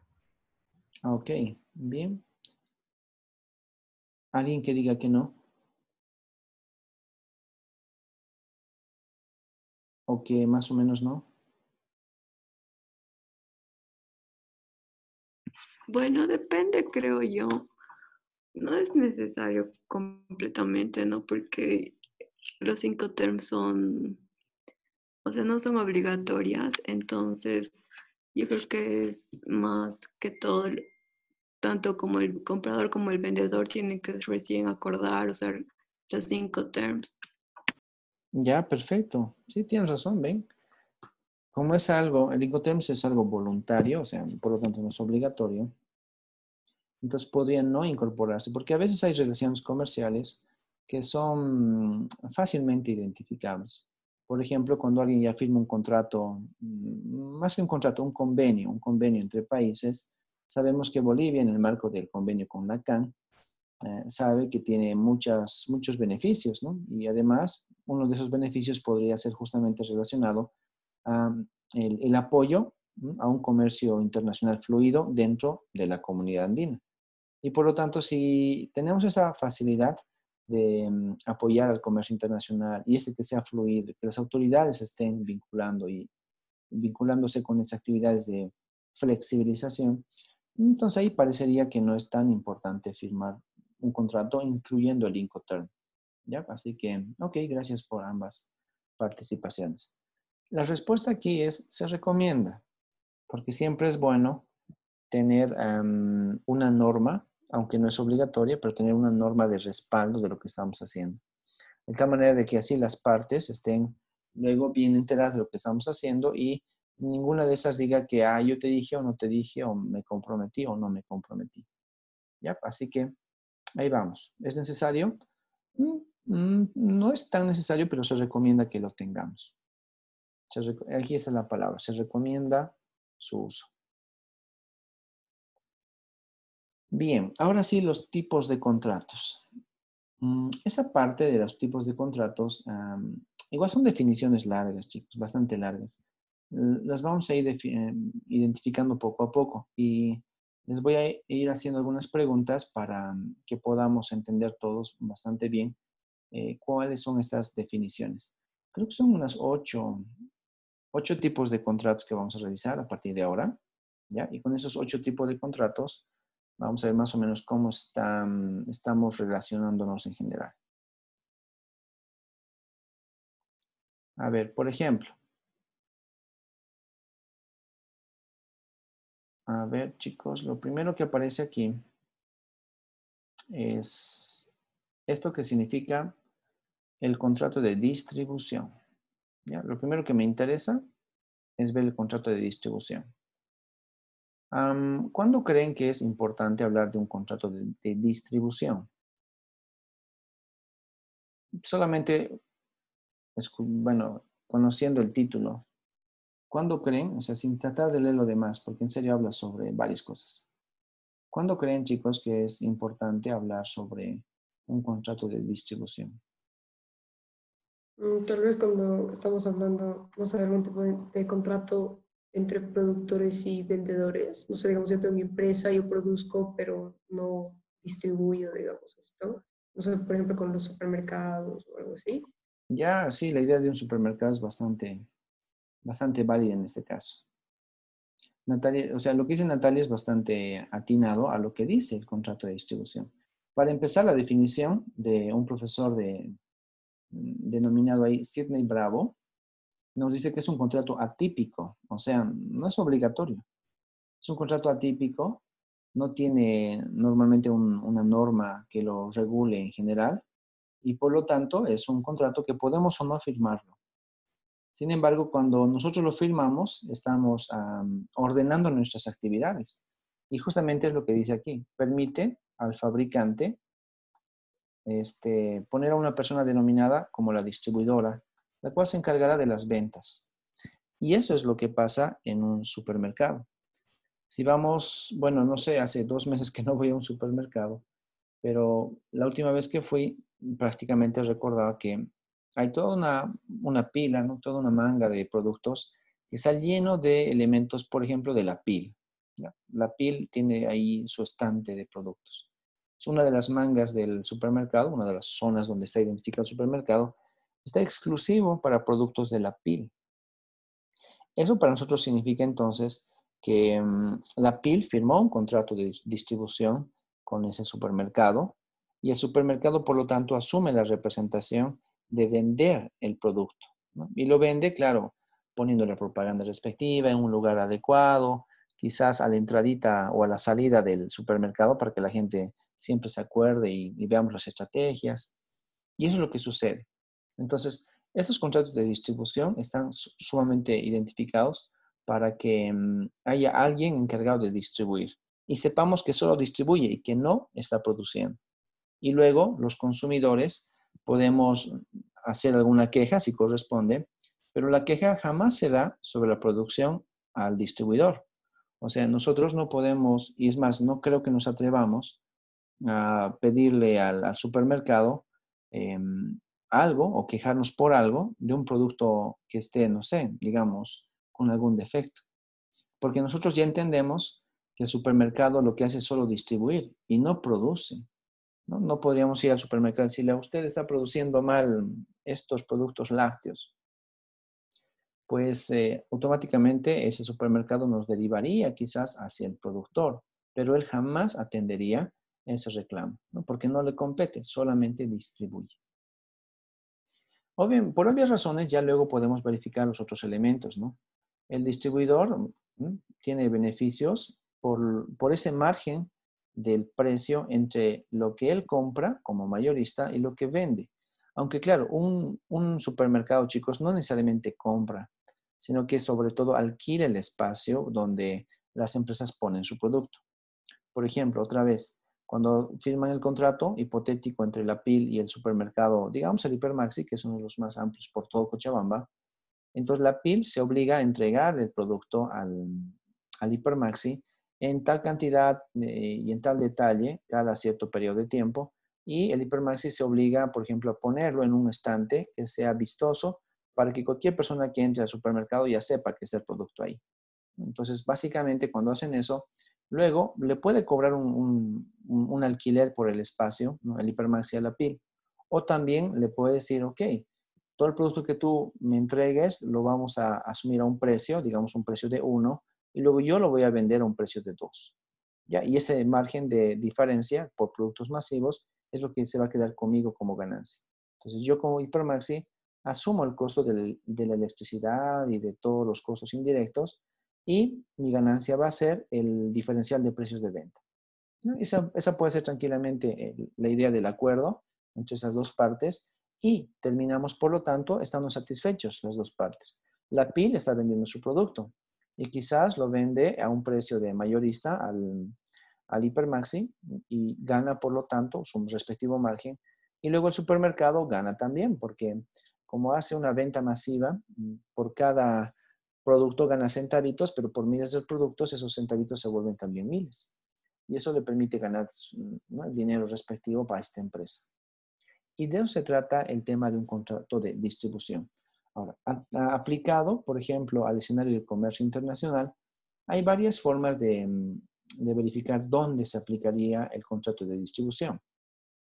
Una de las ideas fundamentales en nuestro país es que muchos empresarios de Oruro y de La Paz son los que se encargan de comprar grandes cantidades, ¿no? Y esa sería una realidad que tratamos de identificarla. Por ejemplo, hay una familia que se ocupa de traer de la China los focos fluorescentes, ¿ya? Algunos de nosotros tenemos focos fluorescentes en nuestras casas, ¿ya? Así que esos focos fluorescentes alguien los tiene que comprar. Y ese alguien es, por ejemplo, una familia que vive en Oruro y toda su vida, bueno, o muchos años de su vida, se han dedicado a comprar focos fluorescentes y poco a poco han empezado a traer más y más, una cantidad mayor. Con el paso de los años, después de, no sé, 10, 20 años de antigüedad trayendo focos fluorescentes, ahora traen una cantidad enorme, ¿no? Traen, no sé, 5 contenedores al año. Y cada contenedor tranquilamente puede pesar, no sé, unas 8 toneladas, 8.000 kilogramos de focos. Y es un montón de focos. Y ellos traen en gran cantidad, pero su negocio es traer gran cantidad y vender lo más rápido posible. Y nosotros sabemos que no todos los días compramos foco. Por lo tanto, alguien tiene que encargarse de la distribución. Y por lo tanto, esas empresas de Oruro, las de La Paz principalmente, son mayoristas y las venden a un distribuidor que las lleva por todo Bolivia. Y cuando las lleva por todo Bolivia, está luego entregando en las ferreterías, está entregando en las tiendas de decorado de casas, está entregando a tiendas dedicadas a, no sé, a temas eléctricos y demás. Siempre hay un intermediario por ahí que se hace cargo del negocio, ¿no? Porque al mayorista simplemente le interesa traer en grandes volúmenes. Entonces el contrato de distribución está ahí. El distribuidor no asume su nombre, no pone ahí su distinción ni nada, solo gana por el diferencial. Y el nombre principal del importador puede que inclusive aparezca en la caja, ¿no? Tal como está ahí, en la caja grande. Ahora, al margen de este contrato de distribución, que no es tan obvio, por eso decimos que es un contrato atípico, no es muy obvio para nosotros pedir, fomentar contratos de distribución, aparecen otro tipo de contratos que quizás ya no son tan atípicos. Por ejemplo, este es bastante interesante. Se lo aplica no solamente al comercio internacional, también se lo aplica, chicos, a actividades locales, ¿ya? Entre entidades locales. Y se llama básicamente el contrato de joint venture. A ver, aquí está la definición de joint venture. Chicos, ¿han oído hablar sobre esto? No, no, no. No, creo que yo no lo hice. Ya. Ok, Abigail, Paola. ¿Qué Creo que opinan, es cuando le Francisco? das ¿A una... Santiago? Es como que le das permiso para producir a alguna empresa, creo. No sé si estoy mal. Ah, ya, eso tiene otro nombre. Eso tiene otro nombre. Está más adelante, Santiago. Ahorita lo revisamos. Creo que nunca había escuchado ese término. Ya, sí, les cuento que no me extraña porque no sé por qué a los economistas no nos enseñan estas cosas de administración. Yo lo conocí en cursos de administración de empresas. Y para un administrador, un contrato de joint venture es básico. Pero a los economistas, no sé por qué, chicos, no nos da ese tipo de, no sé, de avances teóricos, de conceptos teóricos. Y para variar, Bolivia hace bastantes contratos de joint venture.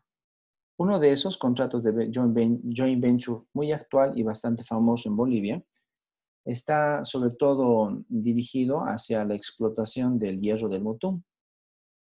Otro contrato de joint venture que Bolivia ha firmado estuvo hasta el año pasado identificado en la zona norte de La Paz con muchas empresas petroleras. ¿Ya? Ahora, ¿cómo funciona el contrato de joint venture? Pues tiene mucho que ver con esto. Dice juntos en la aventura, ¿no? Y justamente es eso. Hay, por ejemplo, una actividad, como esta, la de La Paz, la que les comentaba. El 2018, Bolivia lanzó una convocatoria para un contrato joint venture con organismos internacionales, o sea, básicamente con empresas del rubro hidrocarburífero en el mundo entero. Y aparecieron algunas. Una de esas fue, por ejemplo, la empresa YPF de Argentina y también creo que apareció la Repsol, ¿no? Y alguna más, pero eran poquitas las empresas estas. Entonces, básicamente lo que dijeron es, bueno, podemos utilizar la experiencia de YPFB de Bolivia, que tiene experiencia en la exploración y explotación de hidrocarburos, pero también podemos utilizar la información y el conocimiento que tiene la empresa Repsol y la empresa YPF de Argentina, que están muy cerquita. Y entre todos nos unimos para buscar petróleo o gas natural en el norte de La Paz. ¿Ya? Entonces, las empresas del extranjero trajeron sus conocimientos, sus técnicos, su maquinaria, ¿no? y llegaron a la parte norte del departamento de La Paz. Y YPFB, ¿no? También trajo lo suyo, trajo su personal, su maquinaria, y fue una de las pocas veces que el gobierno nacional, en el año 2018, invirtió 1.000 millones creo que de dólares, para financiar este contrato de joint venture. Y por lo tanto, juntos en la aventura, Repsol, YPF y YPFB empezaron a buscar gas natural y petróleo en el norte de La Paz. Después de haber buscado en varios lugares, gastaron mucha plata ambos, perforando por aquí, perforando por allá y demás. Lastimosamente no encontraron nada, ¿no? Entonces pensaban que por la mancha de gas que se identificó en los estudios desde Tarija hacia el norte, pasando por Cochabamba obviamente, pensaban que quizás podían encontrar gas natural en La Paz, en la parte norte. Lastimosamente no lo hicieron, ¿no? Se gastó 1.000 millones de dólares en la exploración, pero como dicen, la exploración no es garantizada. Puede que sea exitosa cuando exploramos y encontramos gas y volvernos sumamente ricos, o también puede ser que sea un total fracaso. Y en el caso boliviano fue eso justamente, un fracaso. Entonces los contratos de joint venture básicamente indicaban que si todos vamos, puede que ganemos, pero si perdemos, nadie se enoja, ¿ya? Y esa es la idea. En términos empresariales, los contratos de joint venture también están identificados para, no sé, emprendimientos. Y dice, la empresa A y la empresa B van a firmar un contrato de joint venture para poder implementar una nueva tecnología. Puede que les salga bien o puede que les salga mal. Total, pero juntos están apostando por innovar en algo y por lo tanto están juntos en la aventura. Y esos contratos de joint venture obviamente tienen inicio y tienen fin, ¿ya? Entonces, básicamente de eso se trata la idea. Ahora, ¿qué es lo que nos propone el texto base? Tal como les comentaba. Dice, el contrato de joint venture es un acuerdo de varias personas. Bueno, entonces ya sabemos que hay muchos que pueden participar de este contrato, que deciden aportar bienes o servicios para un proyecto específico, ¿ya? Y dentro de un tiempo determinado. Y es justo lo que pasó en La Paz. Bolivia, España y Argentina se juntaron y juntos fueron a explorar gas natural y petróleo en el norte de La Paz. Si salían, si realmente encontraban, pues cada una de las partes se beneficiaba. Seguramente Repsol se llevaba una parte de la explotación, ya no exploración, explotación del gas, si es que lo hubiéramos descubierto, y YPF lo mismo y YPFB también. Entonces, era apostar para descubrir algo. Lastimosamente no pasó y bueno, pues las empresas no dijeron que han sido engañadas y el gobierno boliviano que invirtió 1.000 millones de dólares del Banco Central de Bolivia, sacaron la plata, tampoco se enojaron y bueno, pues a veces pasa que no se logra. También hace referencia al hecho de que estamos como un segundo ejemplo, un contrato de joint venture para eso del Mutum, ¿no? Que es la mina de hierro más grande de Latinoamérica que está en Santa Cruz. Y se firmó un contrato de joint venture con una empresa privada para empezar a explotar este rubro. Y claro, en la medida en que vayamos financiando nosotros los bolivianos el acceso al lugar, la empresa privada está trayendo su tecnología. Entonces nosotros ponemos algo que es la beta, el lugar de explotación, y ellos ponen algo, que en este caso es su conocimiento, sus maquinarias y su experiencia. Ambos ponemos algo y ambos estamos luego beneficiándonos por la explotación del hierro en el Mutum. Otros autores nos dicen que el contrato joint venture es sui generis, o sea, es algo bastante nuevo, ¿ya?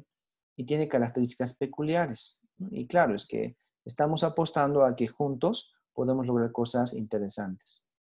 Y dicen, ¿no?, que a través del contrato, dos o más empresas que están participando ahí, básicamente combinan sus recursos y actividades. Yo pongo lo que tengo y el otro pone también lo que tiene. Y juntos logramos básicamente un negocio en específico. Y la idea fundamental es que ambos compartimos la visión, ambos compartimos el ideal de que el negocio nos va a ir bien. Entonces, no es algo como una acción, no somos accionistas, sino que tenemos ahí riesgos y responsabilidades compartidos. Es un contrato bastante, creo que el término interesante que es sui generis. Y los gobiernos lo aplican mucho. A ver, ¿Qué más podemos encontrar con esto de joint venture? En términos internacionales, por ejemplo, podría ser que muchos países tienen contratos joint venture, sobre todo para descubrir nuevos pozos de petróleo, ¿ya? Entonces, como la inversión en pozos petroleros es bastante elevada, muchos ponen lo que ya tienen, como sus propias instalaciones, o también ponen lo que significa su propia tecnología, mientras que otros ponen el dinero. Entonces, cada uno pone lo que puede y juntos abren el negocio, que podría ser explotar, bueno, explorar primero y explotar después algún yacimiento de petróleo. Y ahí va el contrato de joint venture. Ahora, chicos, bajo esas consideraciones, ustedes, no sé, abrirían algún contrato joint venture en su medio. Dicen una pregunta, o sea, sí o sí, digamos, este contrato es cuando es relacionado a una actividad riesgosa, o podría ser igual a algo seguro. No, no, no, no. No, no va a normalmente algo riesgoso. También está Solamente es el enfocado, hecho de que se unan, digamos. se unen con sus capacidades, ¿no? Esa es la idea fundamental. Combinamos lo que tenemos, ¿ya? Y así yo no tengo que invertir doble porque el otro tiene la maquinaria que yo necesito, ¿no? Y la otra parte no tiene que invertir, no sé, en mano de obra porque yo tengo la mano de obra. Y juntos nos aliamos para alguna actividad. Lo que les comentaba fue lo que pasa en Bolivia, ¿no? Muchos contratos joint venture en nuestro país son riesgosos, porque claro, el gobierno tiene que arriesgar lo que tiene para poder explotar, bueno, ojalá encontrar y luego explotar nuevos yacimientos de gas. Así que Bolivia hace bastante joint venture. Pero recuerden, ese es un término del ámbito empresarial.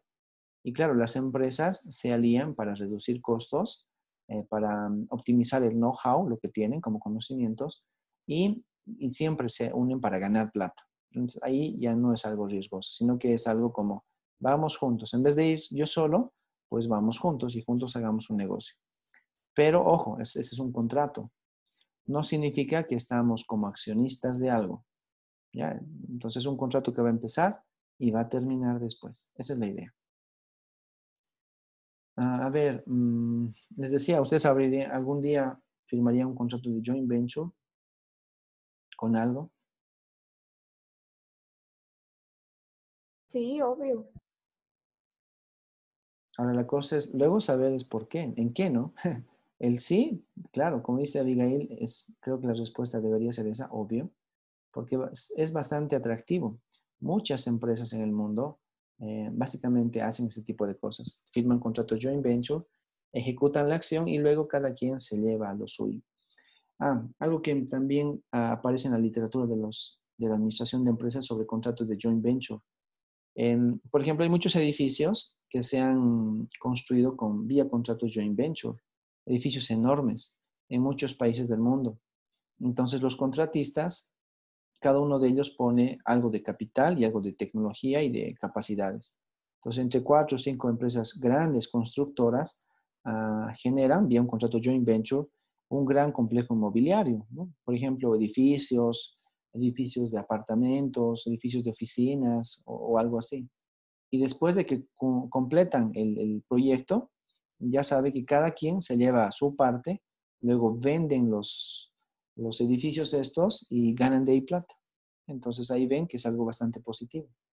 No hemos creado una nueva sociedad, no hemos creado ningún tipo de institucionalidad, solo hemos creado un contrato, el cual es un papel que tiene vigencia y tiene, por lo tanto, un tiempo de finalización.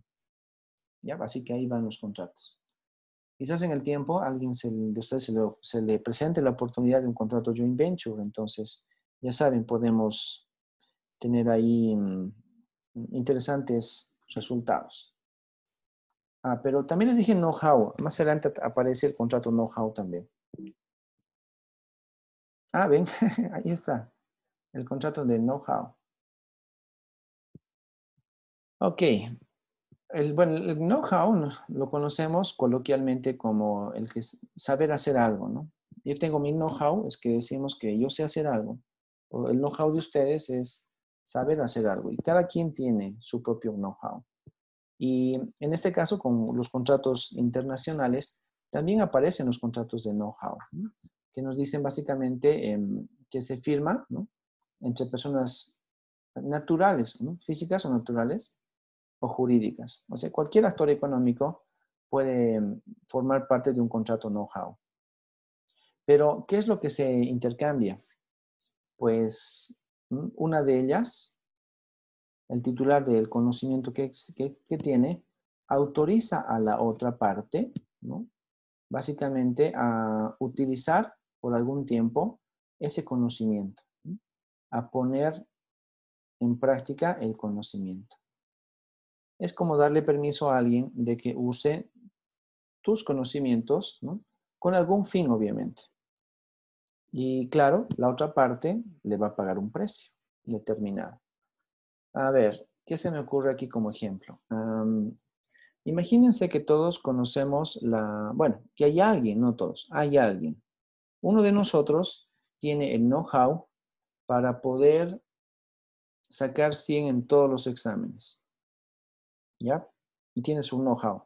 Y no es usar chanchullo, por si acaso, no es un know-how, algo por ahí. Entonces, ese know-how es propio de la persona, ¿ya? Es el conocimiento propio de la persona y que lo puede transferir, le puede enseñar a alguien a justamente aplicar ese conocimiento. Entonces, si la persona A tiene el conocimiento para siempre sacar 100 en los exámenes, le puede vender ese conocimiento por algún periodo de tiempo a la persona B. Y la persona B, por lo tanto, usa ese know-how para sacar 100 en todos sus exámenes, pasa lo que tiene que suceder y luego le paga por eso. Y tiempo después ya tiene que dejar de utilizar ese know-how cuando, por ejemplo, el contrato termina. ¿Ya? Esto es muy parecido quizás a los contratos inclusive de royalties, ¿no? Que se llaman royalties, pero están muy relacionados con las franquicias. Ahora, la diferencia entre una franquicia y un know-how es que la franquicia te da el nombre del producto, te da la marca, te da el logotipo, isotipo, los colores, todo del producto y vendes a nombre de esa marca. En cambio, el know-how es que te dan el conocimiento para que lo hagas y tú puedes hacerlo a tu propio nombre, solo que usando la tecnología de otros. Es bastante poco común este contrato de know-how, pero en algunas esferas, sobre todo en los escenarios de la elaboración de computadoras, la fabricación de computadoras y demás, hay bastante de eso, ¿no? En nuestro país quizás sería muy raro encontrar un contrato de know-how, ¿no? Porque es muy poco identificado en nuestro medio. Nosotros no pagamos mucho por licencias que nos den para poder hacer algo, ¿ya? Y que básicamente ese es el nombre que tenemos. Una licencia porque alguien nos permita aplicar lo que ese sabe hacer. A ver, ¿alguien que se le ocurra algún ejemplo dada esta mi explicación, chicos? Ustedes, ¿por qué conocimiento que puedan básicamente contratar, por qué tipo de conocimiento pagarían? Esto es solamente conocimiento, chicos, no es ningún bien o servicio, es que alguien te indique cómo se hace algo, qué cosa quisieran saber hacer y por lo cual pagarían. O sea, Alicia, para abrir cualquier tipo de franquicia, ¿verdad? No, la franquicia es básicamente cuando tú utilizas el know-how, pero también el nombre y todo el color y las marcas y todo de la otra empresa.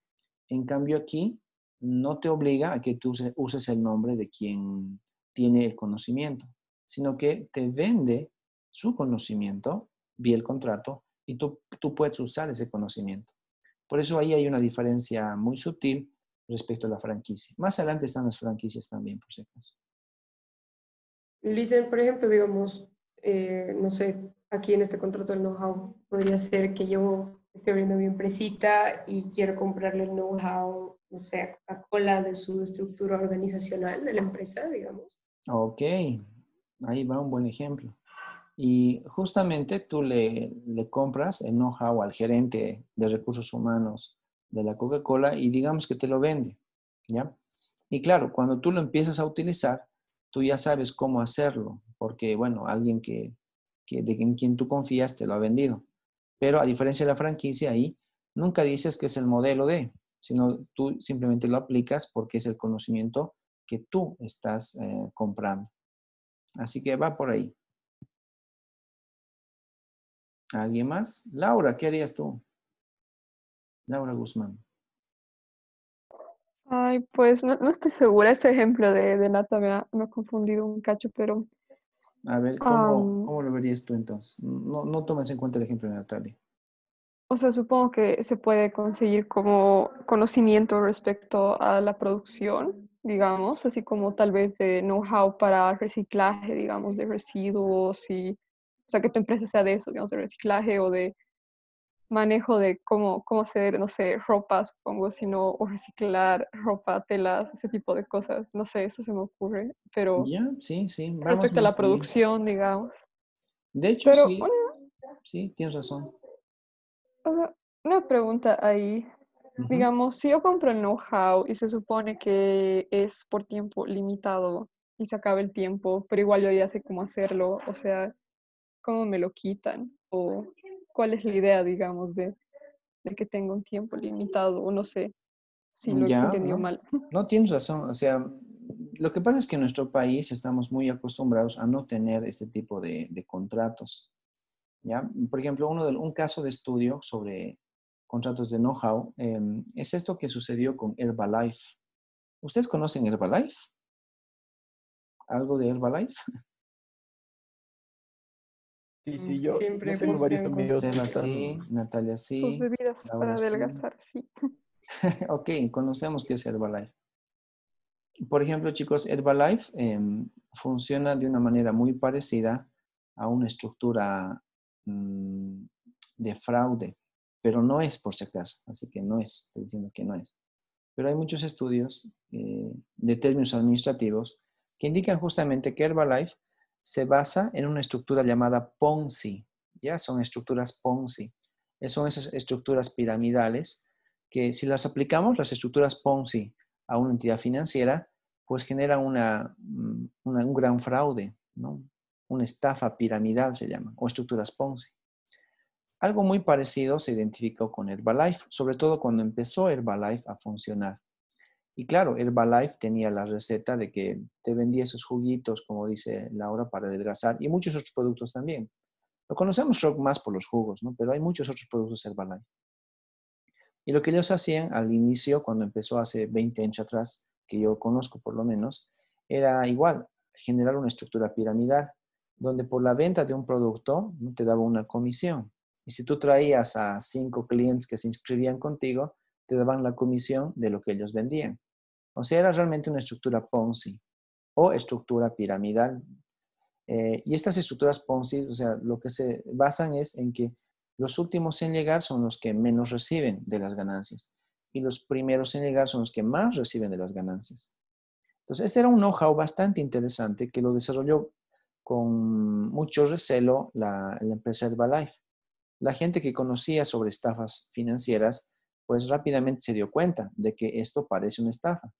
Pero nunca sucedió, porque claro, te venden un producto que te da alguna satisfacción, te hace, no sé, te hace adelgazar o esas cosas. Pero la estructura era tan interesante que muchas empresas quisieron copiarla, ¿no? Pero para poder copiarla necesitaban entender cómo funcionaba. Entonces, había algunos, digamos, consultores o especialistas de Herbalife que ellos empezaron a vender el know-how de cómo se organiza una estructura Ponzi para productos de salud.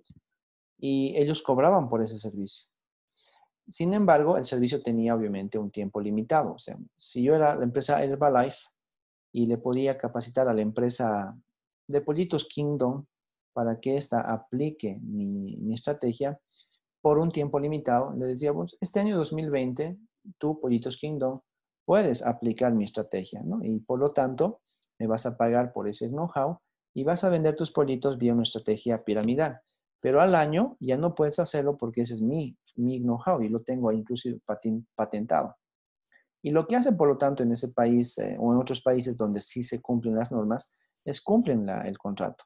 Llega el 31 de diciembre y para el 1 de enero del año siguiente, Pollitos Kingdom ya no puede vender sus pollitos desde un estilo piramidal, sino que quizás vuelve a la venta al raleo o al menudeo de una forma horizontal. ¿Ya? Entonces, ¿cómo me doy cuenta? Es que depende del poder de las instituciones de los países. Y en otros países se cumplen las normas. Lastimosamente en nuestro país no tanto. Pero, ¿cómo me doy cuenta? Pues es que la gente cumple. Así, esa sería mi respuesta, Laura, a esa pregunta de cómo me doy cuenta que van a cumplir. Es que se confía en que cumplan los contratos. Ok, bastante interesante, algo raro, pero va por ahí. Laura, ¿querías decir algo? No, solo gracias por la explicación, pero bueno, sigamos nomás. Sí, yo sé que es bueno, es que en nuestro país realmente todo se piratea, pero en otros países ser pirata de cosas como conocimientos y demás está penado por ley, ¿no? Así que ahí vamos. Contrato de comisión. Bueno, la comisión es algo que quizás sí se entiende bastante bien en nuestro medio. Es básicamente un comisionista, ¿no? Es alguien que vende el producto. Entonces, básicamente, la primera persona lo que hace es, digamos yo soy una persona común y corriente y algo que quiero hacer es venderle cursos de posgrado a los jóvenes, ¿ya? Y por cada curso de posgrado que yo venda, la empresa de posgrado me paga una comisión. Mientras más cursos de posgrado yo venda, más comisión recibo. Mientras menos yo venda, menos yo recibo. Esa es la idea. Y en este caso, el contrato de comisión tiene que ver mucho con la parte comercial porque está muy relacionada con el contrato de distribución, ¿ya? En la distribución, el agente que distribuía se hacía cargo de llevarse el producto. En cambio, en el contrato de comisión, yo no llevo el producto, yo simplemente le hago propaganda. Yo voy, por ejemplo, puerta por puerta o voy oficina por oficina y voy vendiendo el producto. Y si a alguien realmente le interesa, pues lo inscribo, lo anoto y luego le llevo el producto. O hago que la empresa le lleve el producto. Una idea bastante básica y muy aplicada en Bolivia sobre el contrato de comisionista es lo que sucede con la Coca-Cola y las empresas que reparten la Coca-Cola. Si alguna vez se han fijado, chicos, en los camioncitos de Coca-Cola, indica atrás que son empresas privadas. ¿Ya? Muchas de las empresas, no sé si todas, pero por lo menos muchas de los camiones que reparten la Coca-Cola son empresas privadas. Y por lo tanto, estos tienen a alguien que es un comisionista, ¿no? Alguien que le pagan porque consiga clientes. Y pues a veces ahí en las tienditas vemos que hay algunas personas que están justamente, ¿no? Tomando los pedidos de cuánta Coca-Cola quieren para su tiendita para la semana siguiente. Y esa persona consigue entonces los clientes. Van a restaurantes, van a todo tipo de lugares y justamente lo que hacen es acomodar el producto. Y mientras más acomoden, pues mayor va a ser la comisión que van a recibir. Esa es la idea de un contrato y que está muy ligado obviamente al tema, al tema comercial. Es un contrato bastante individual, contrato de comisión o comisionista. Aquí está el tema de marcas, ¿no? El contrato de licencias de uso de marcas. Y esta idea de licencia de uso de marcas ya está regulado por entidades que van a identificar el ámbito de la propiedad industrial y también la propiedad intelectual. Aquí aparece una definición que es bastante interesante, que viene del Instituto Mexicano de la Propiedad Industrial. Entonces, las empresas tienen ahí su respectiva institución en México, que lo que busca es licenciar a las marcas, ¿no? Darle licencia a las marcas de las empresas. Por ejemplo, hay una marca que es muy pirateada, que es la marca Adidas. Entonces, la marca Adidas tiene su respectiva presencia en los mercados, su reputación y demás, pero quizás a alguien se le ocurre tener una marca muy parecida a Adidas y saca sus propios tenis Adidas, utiliza la marca Adidas. Y por lo tanto, aquí la institución puede, ¿no? Básicamente, de una forma legal, demandar a quien usa el nombre de una marca conocida como Adidas por parte de otra empresa que no tiene la licencia. ¿Ya? Entonces, estamos hablando de respetar los nombres. En Bolivia se llama el SENAPI, el Servicio Nacional de Propiedad Intelectual, y también, de alguna manera, Fundempresa. Estas dos instituciones son las que tienen mucha relación con el uso de las marcas o los nombres de las empresas. Aunque si bien SENAPI se basa sobre todo en temas de propiedad intelectual, o sea, el know-how que vimos hace rato, Fundempresa se ocupa de que la empresa que tú vayas a crear no tenga un nombre o una razón muy parecida a una empresa competidora. ¿Ya? Por ejemplo, Funda Empresa reconoció libremente a la empresa Kingdom hace ya 20 años atrás. Pero hace mesecitos, antes de la pandemia, apareció otra empresa llamada Don Kingdom. Y hubo un gran revuelo y mucha gente se enojó y eran los socios, que no los socios. Y al final, bueno, pues se terminaron peleándose y ya. Entonces, ¿quién regula el uso de marcas? Pues por ahora Funda Empresa. Y Funda Empresa le dio la razón a Kingdom, pero también le dio la razón a Don Kingdom. Ambas son franquicias, solo que una tiene un nombre ligeramente diferente. Se llama Don Kingdom. De forma parecida en Cochabamba, ahora pueden ver que hay una tienda de pollo llamada Panchita, ¿no? Y ahora también hay la competencia, que es de la misma familia, el mismo árbol genealógico, que ya no se llama Panchita, se llama Doña Panchita. Entonces, seguramente ustedes encontrarán por ahí que algunas tiendas, que algunos centros de venta de pollo frito que se llamaban Panchita, ahora se van a llamar Doña Panchita. Y es que el uso de la ¿Dónde? Y marca eso he Panchita, visto. yo conozco Doña Panchita en el kilómetro 4 de la Blanco Galindo. Se llama Doña Uy, no Panchita. he visto. Ah, ya, yo también he visto. Y son Sí, varias son varias. sucursales, creo. Así es. Y es la misma familia. Es como si, bueno, la mamá abrió la empresa Panchita y los hijos siguieron, pero ahí hubo otro hijo que dijo, no, yo no quiero ser Panchita, voy a ser Doña Panchita. Siguen el mismo color, casi igual la cosa. Claro, el La logo es receta es la misma, diferente, digamos. solo el logo cambió, exacto, Nicolás. Solo le pusieron Doña Panchita en vez de Sí, Panchita, verdad. ¿verdad? Entonces, de eso se trata el tema de uso de marcas, que hay contratos para que la marca no se repita. Entonces, debo modificarla. En otros países obligan a que la modificación sea alta. En nuestro país basta que pongamos una palabrita antes y ya está. Don, Kingdom o Doña Panchita. Y ya, listo. Dos empresas nacieron ahí. Agentes intermediarios, que esto, bueno, es básicamente otro tipo de contrato bastante específico. Y se los puse porque lo ha formulado la institución IICA. IICA es realmente una gran institución de investigación en el ámbito de la agricultura en Latinoamérica. IICA tiene inclusive oficinas aquí en Bolivia. Y esa institución, el IICA, nos dice que un contrato de tipo agente intermediario establece la relación, ¿no?, entre las personas o empresas, ¿ya?, que están sobre todo actuando como en temas de venta a nombre de otra empresa exportadora, ¿ya?, y representan el producto ante potenciales compradores. Se dan cuenta, es como un mix del anterior elemento que les mostraba, del comisionista, ¿no? Y también es un mix con el distribuidor. Entonces, cuando juntamos ambas razones, tratamos de encontrar por ahí un nuevo tipo de contrato y ICA reconoce entonces al agente intermediario. Tal vez ustedes han conocido el nombre broker. Quizás un broker es lo más aproximado a ese tipo de identificación de servicios del comercio internacional. Ya saben, es una persona que representa a la empresa exportadora y que trata de generar también contactos comerciales. Es un broker de negocios, donde el término broker de negocios está muy relacionado al ámbito de la administración de empresas también. Ya junto con eso del contrato joint venture y otros más. Factoring. ¿Conocen qué es un factoring? ¿Han oído hablar de factoring, chicos? No, No, yo no. la verdad no. Ya.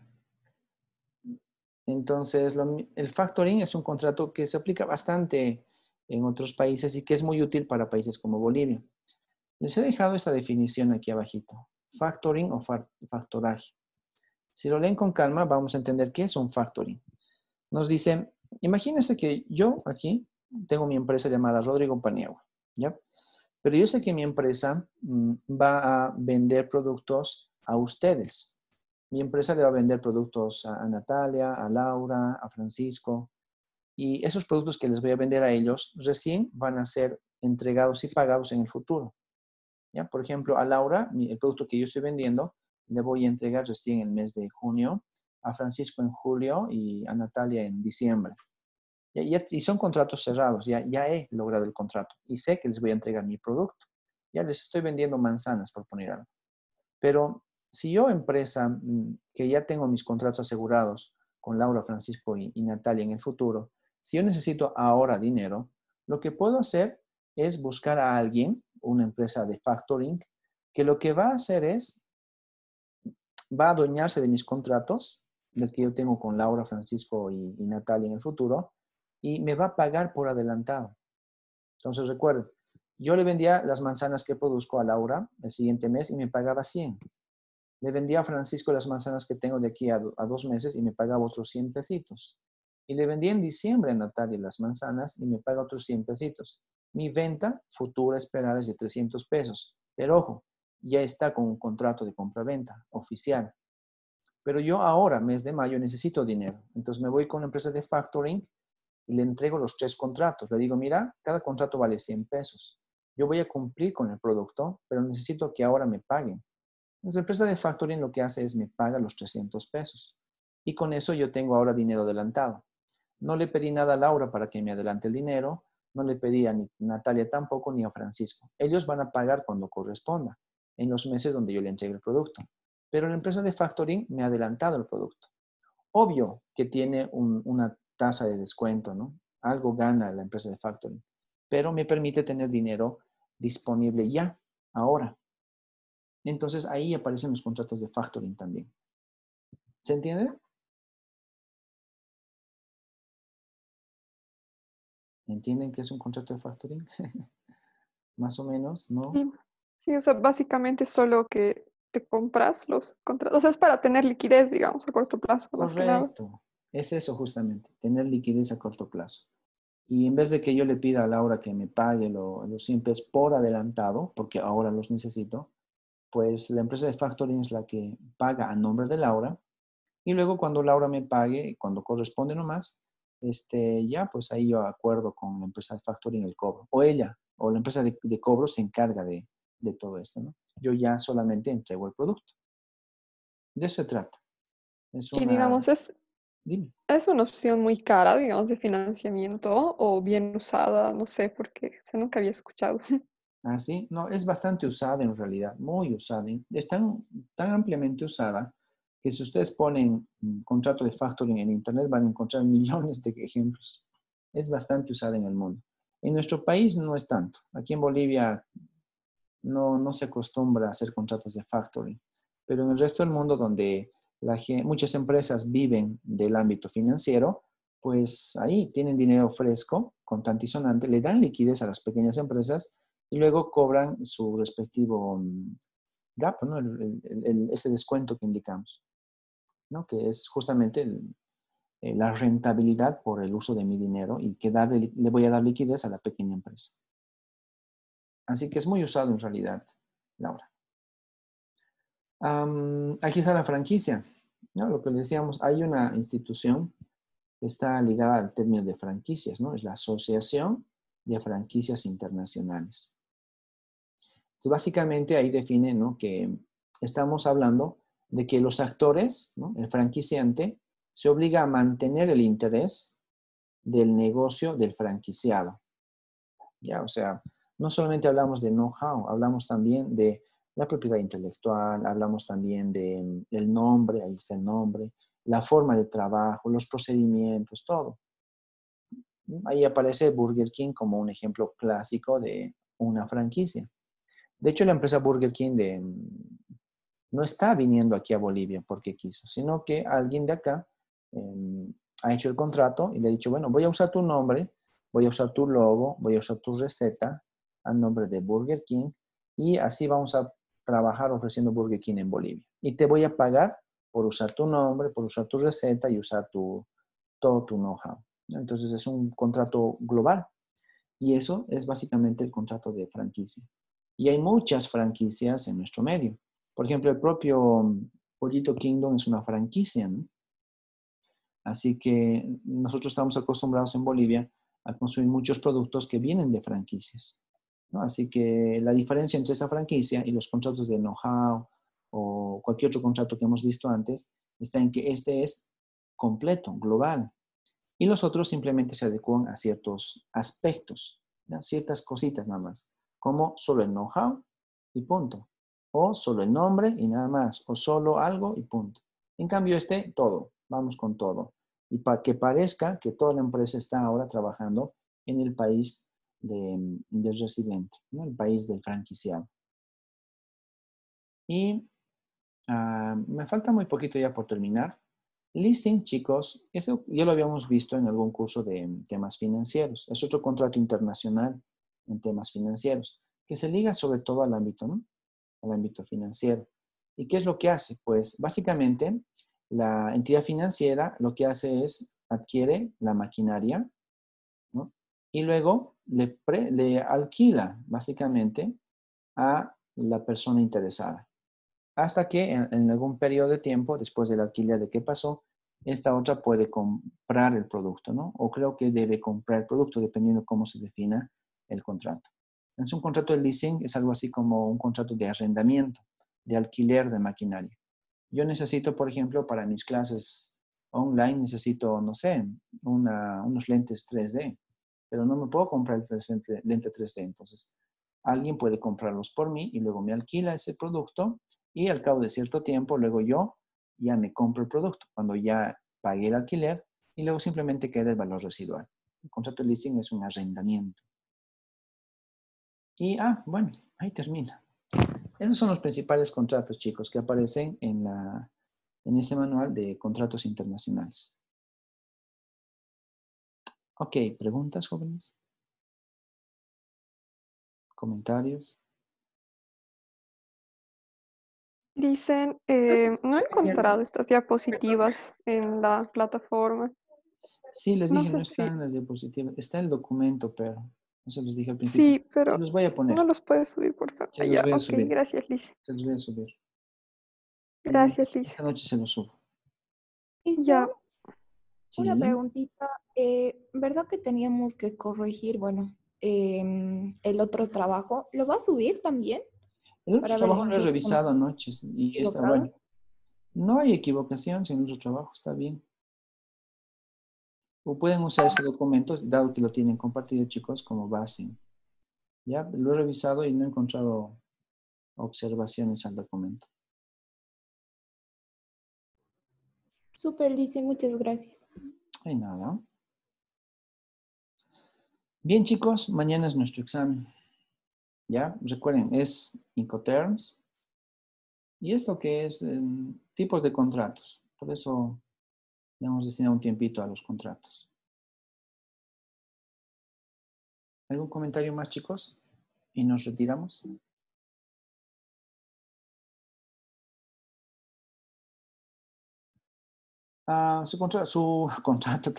Su examen va a ser muy parecido al que hemos hecho antes, que igual es como un examen a cuaderno abierto, así que sé que tienen las presentaciones, tienen todo lo necesario para desarrollarlo y solamente habría que estar inclusive 5 minutitos antes para desarrollar adecuadamente nuestro examen. ¿Ya, chicos? Nos vemos mañana. Se lo subo esta noche. Gracias, Lisa. Listo, Liz, gracias. Mañana, jóvenes. Gracias.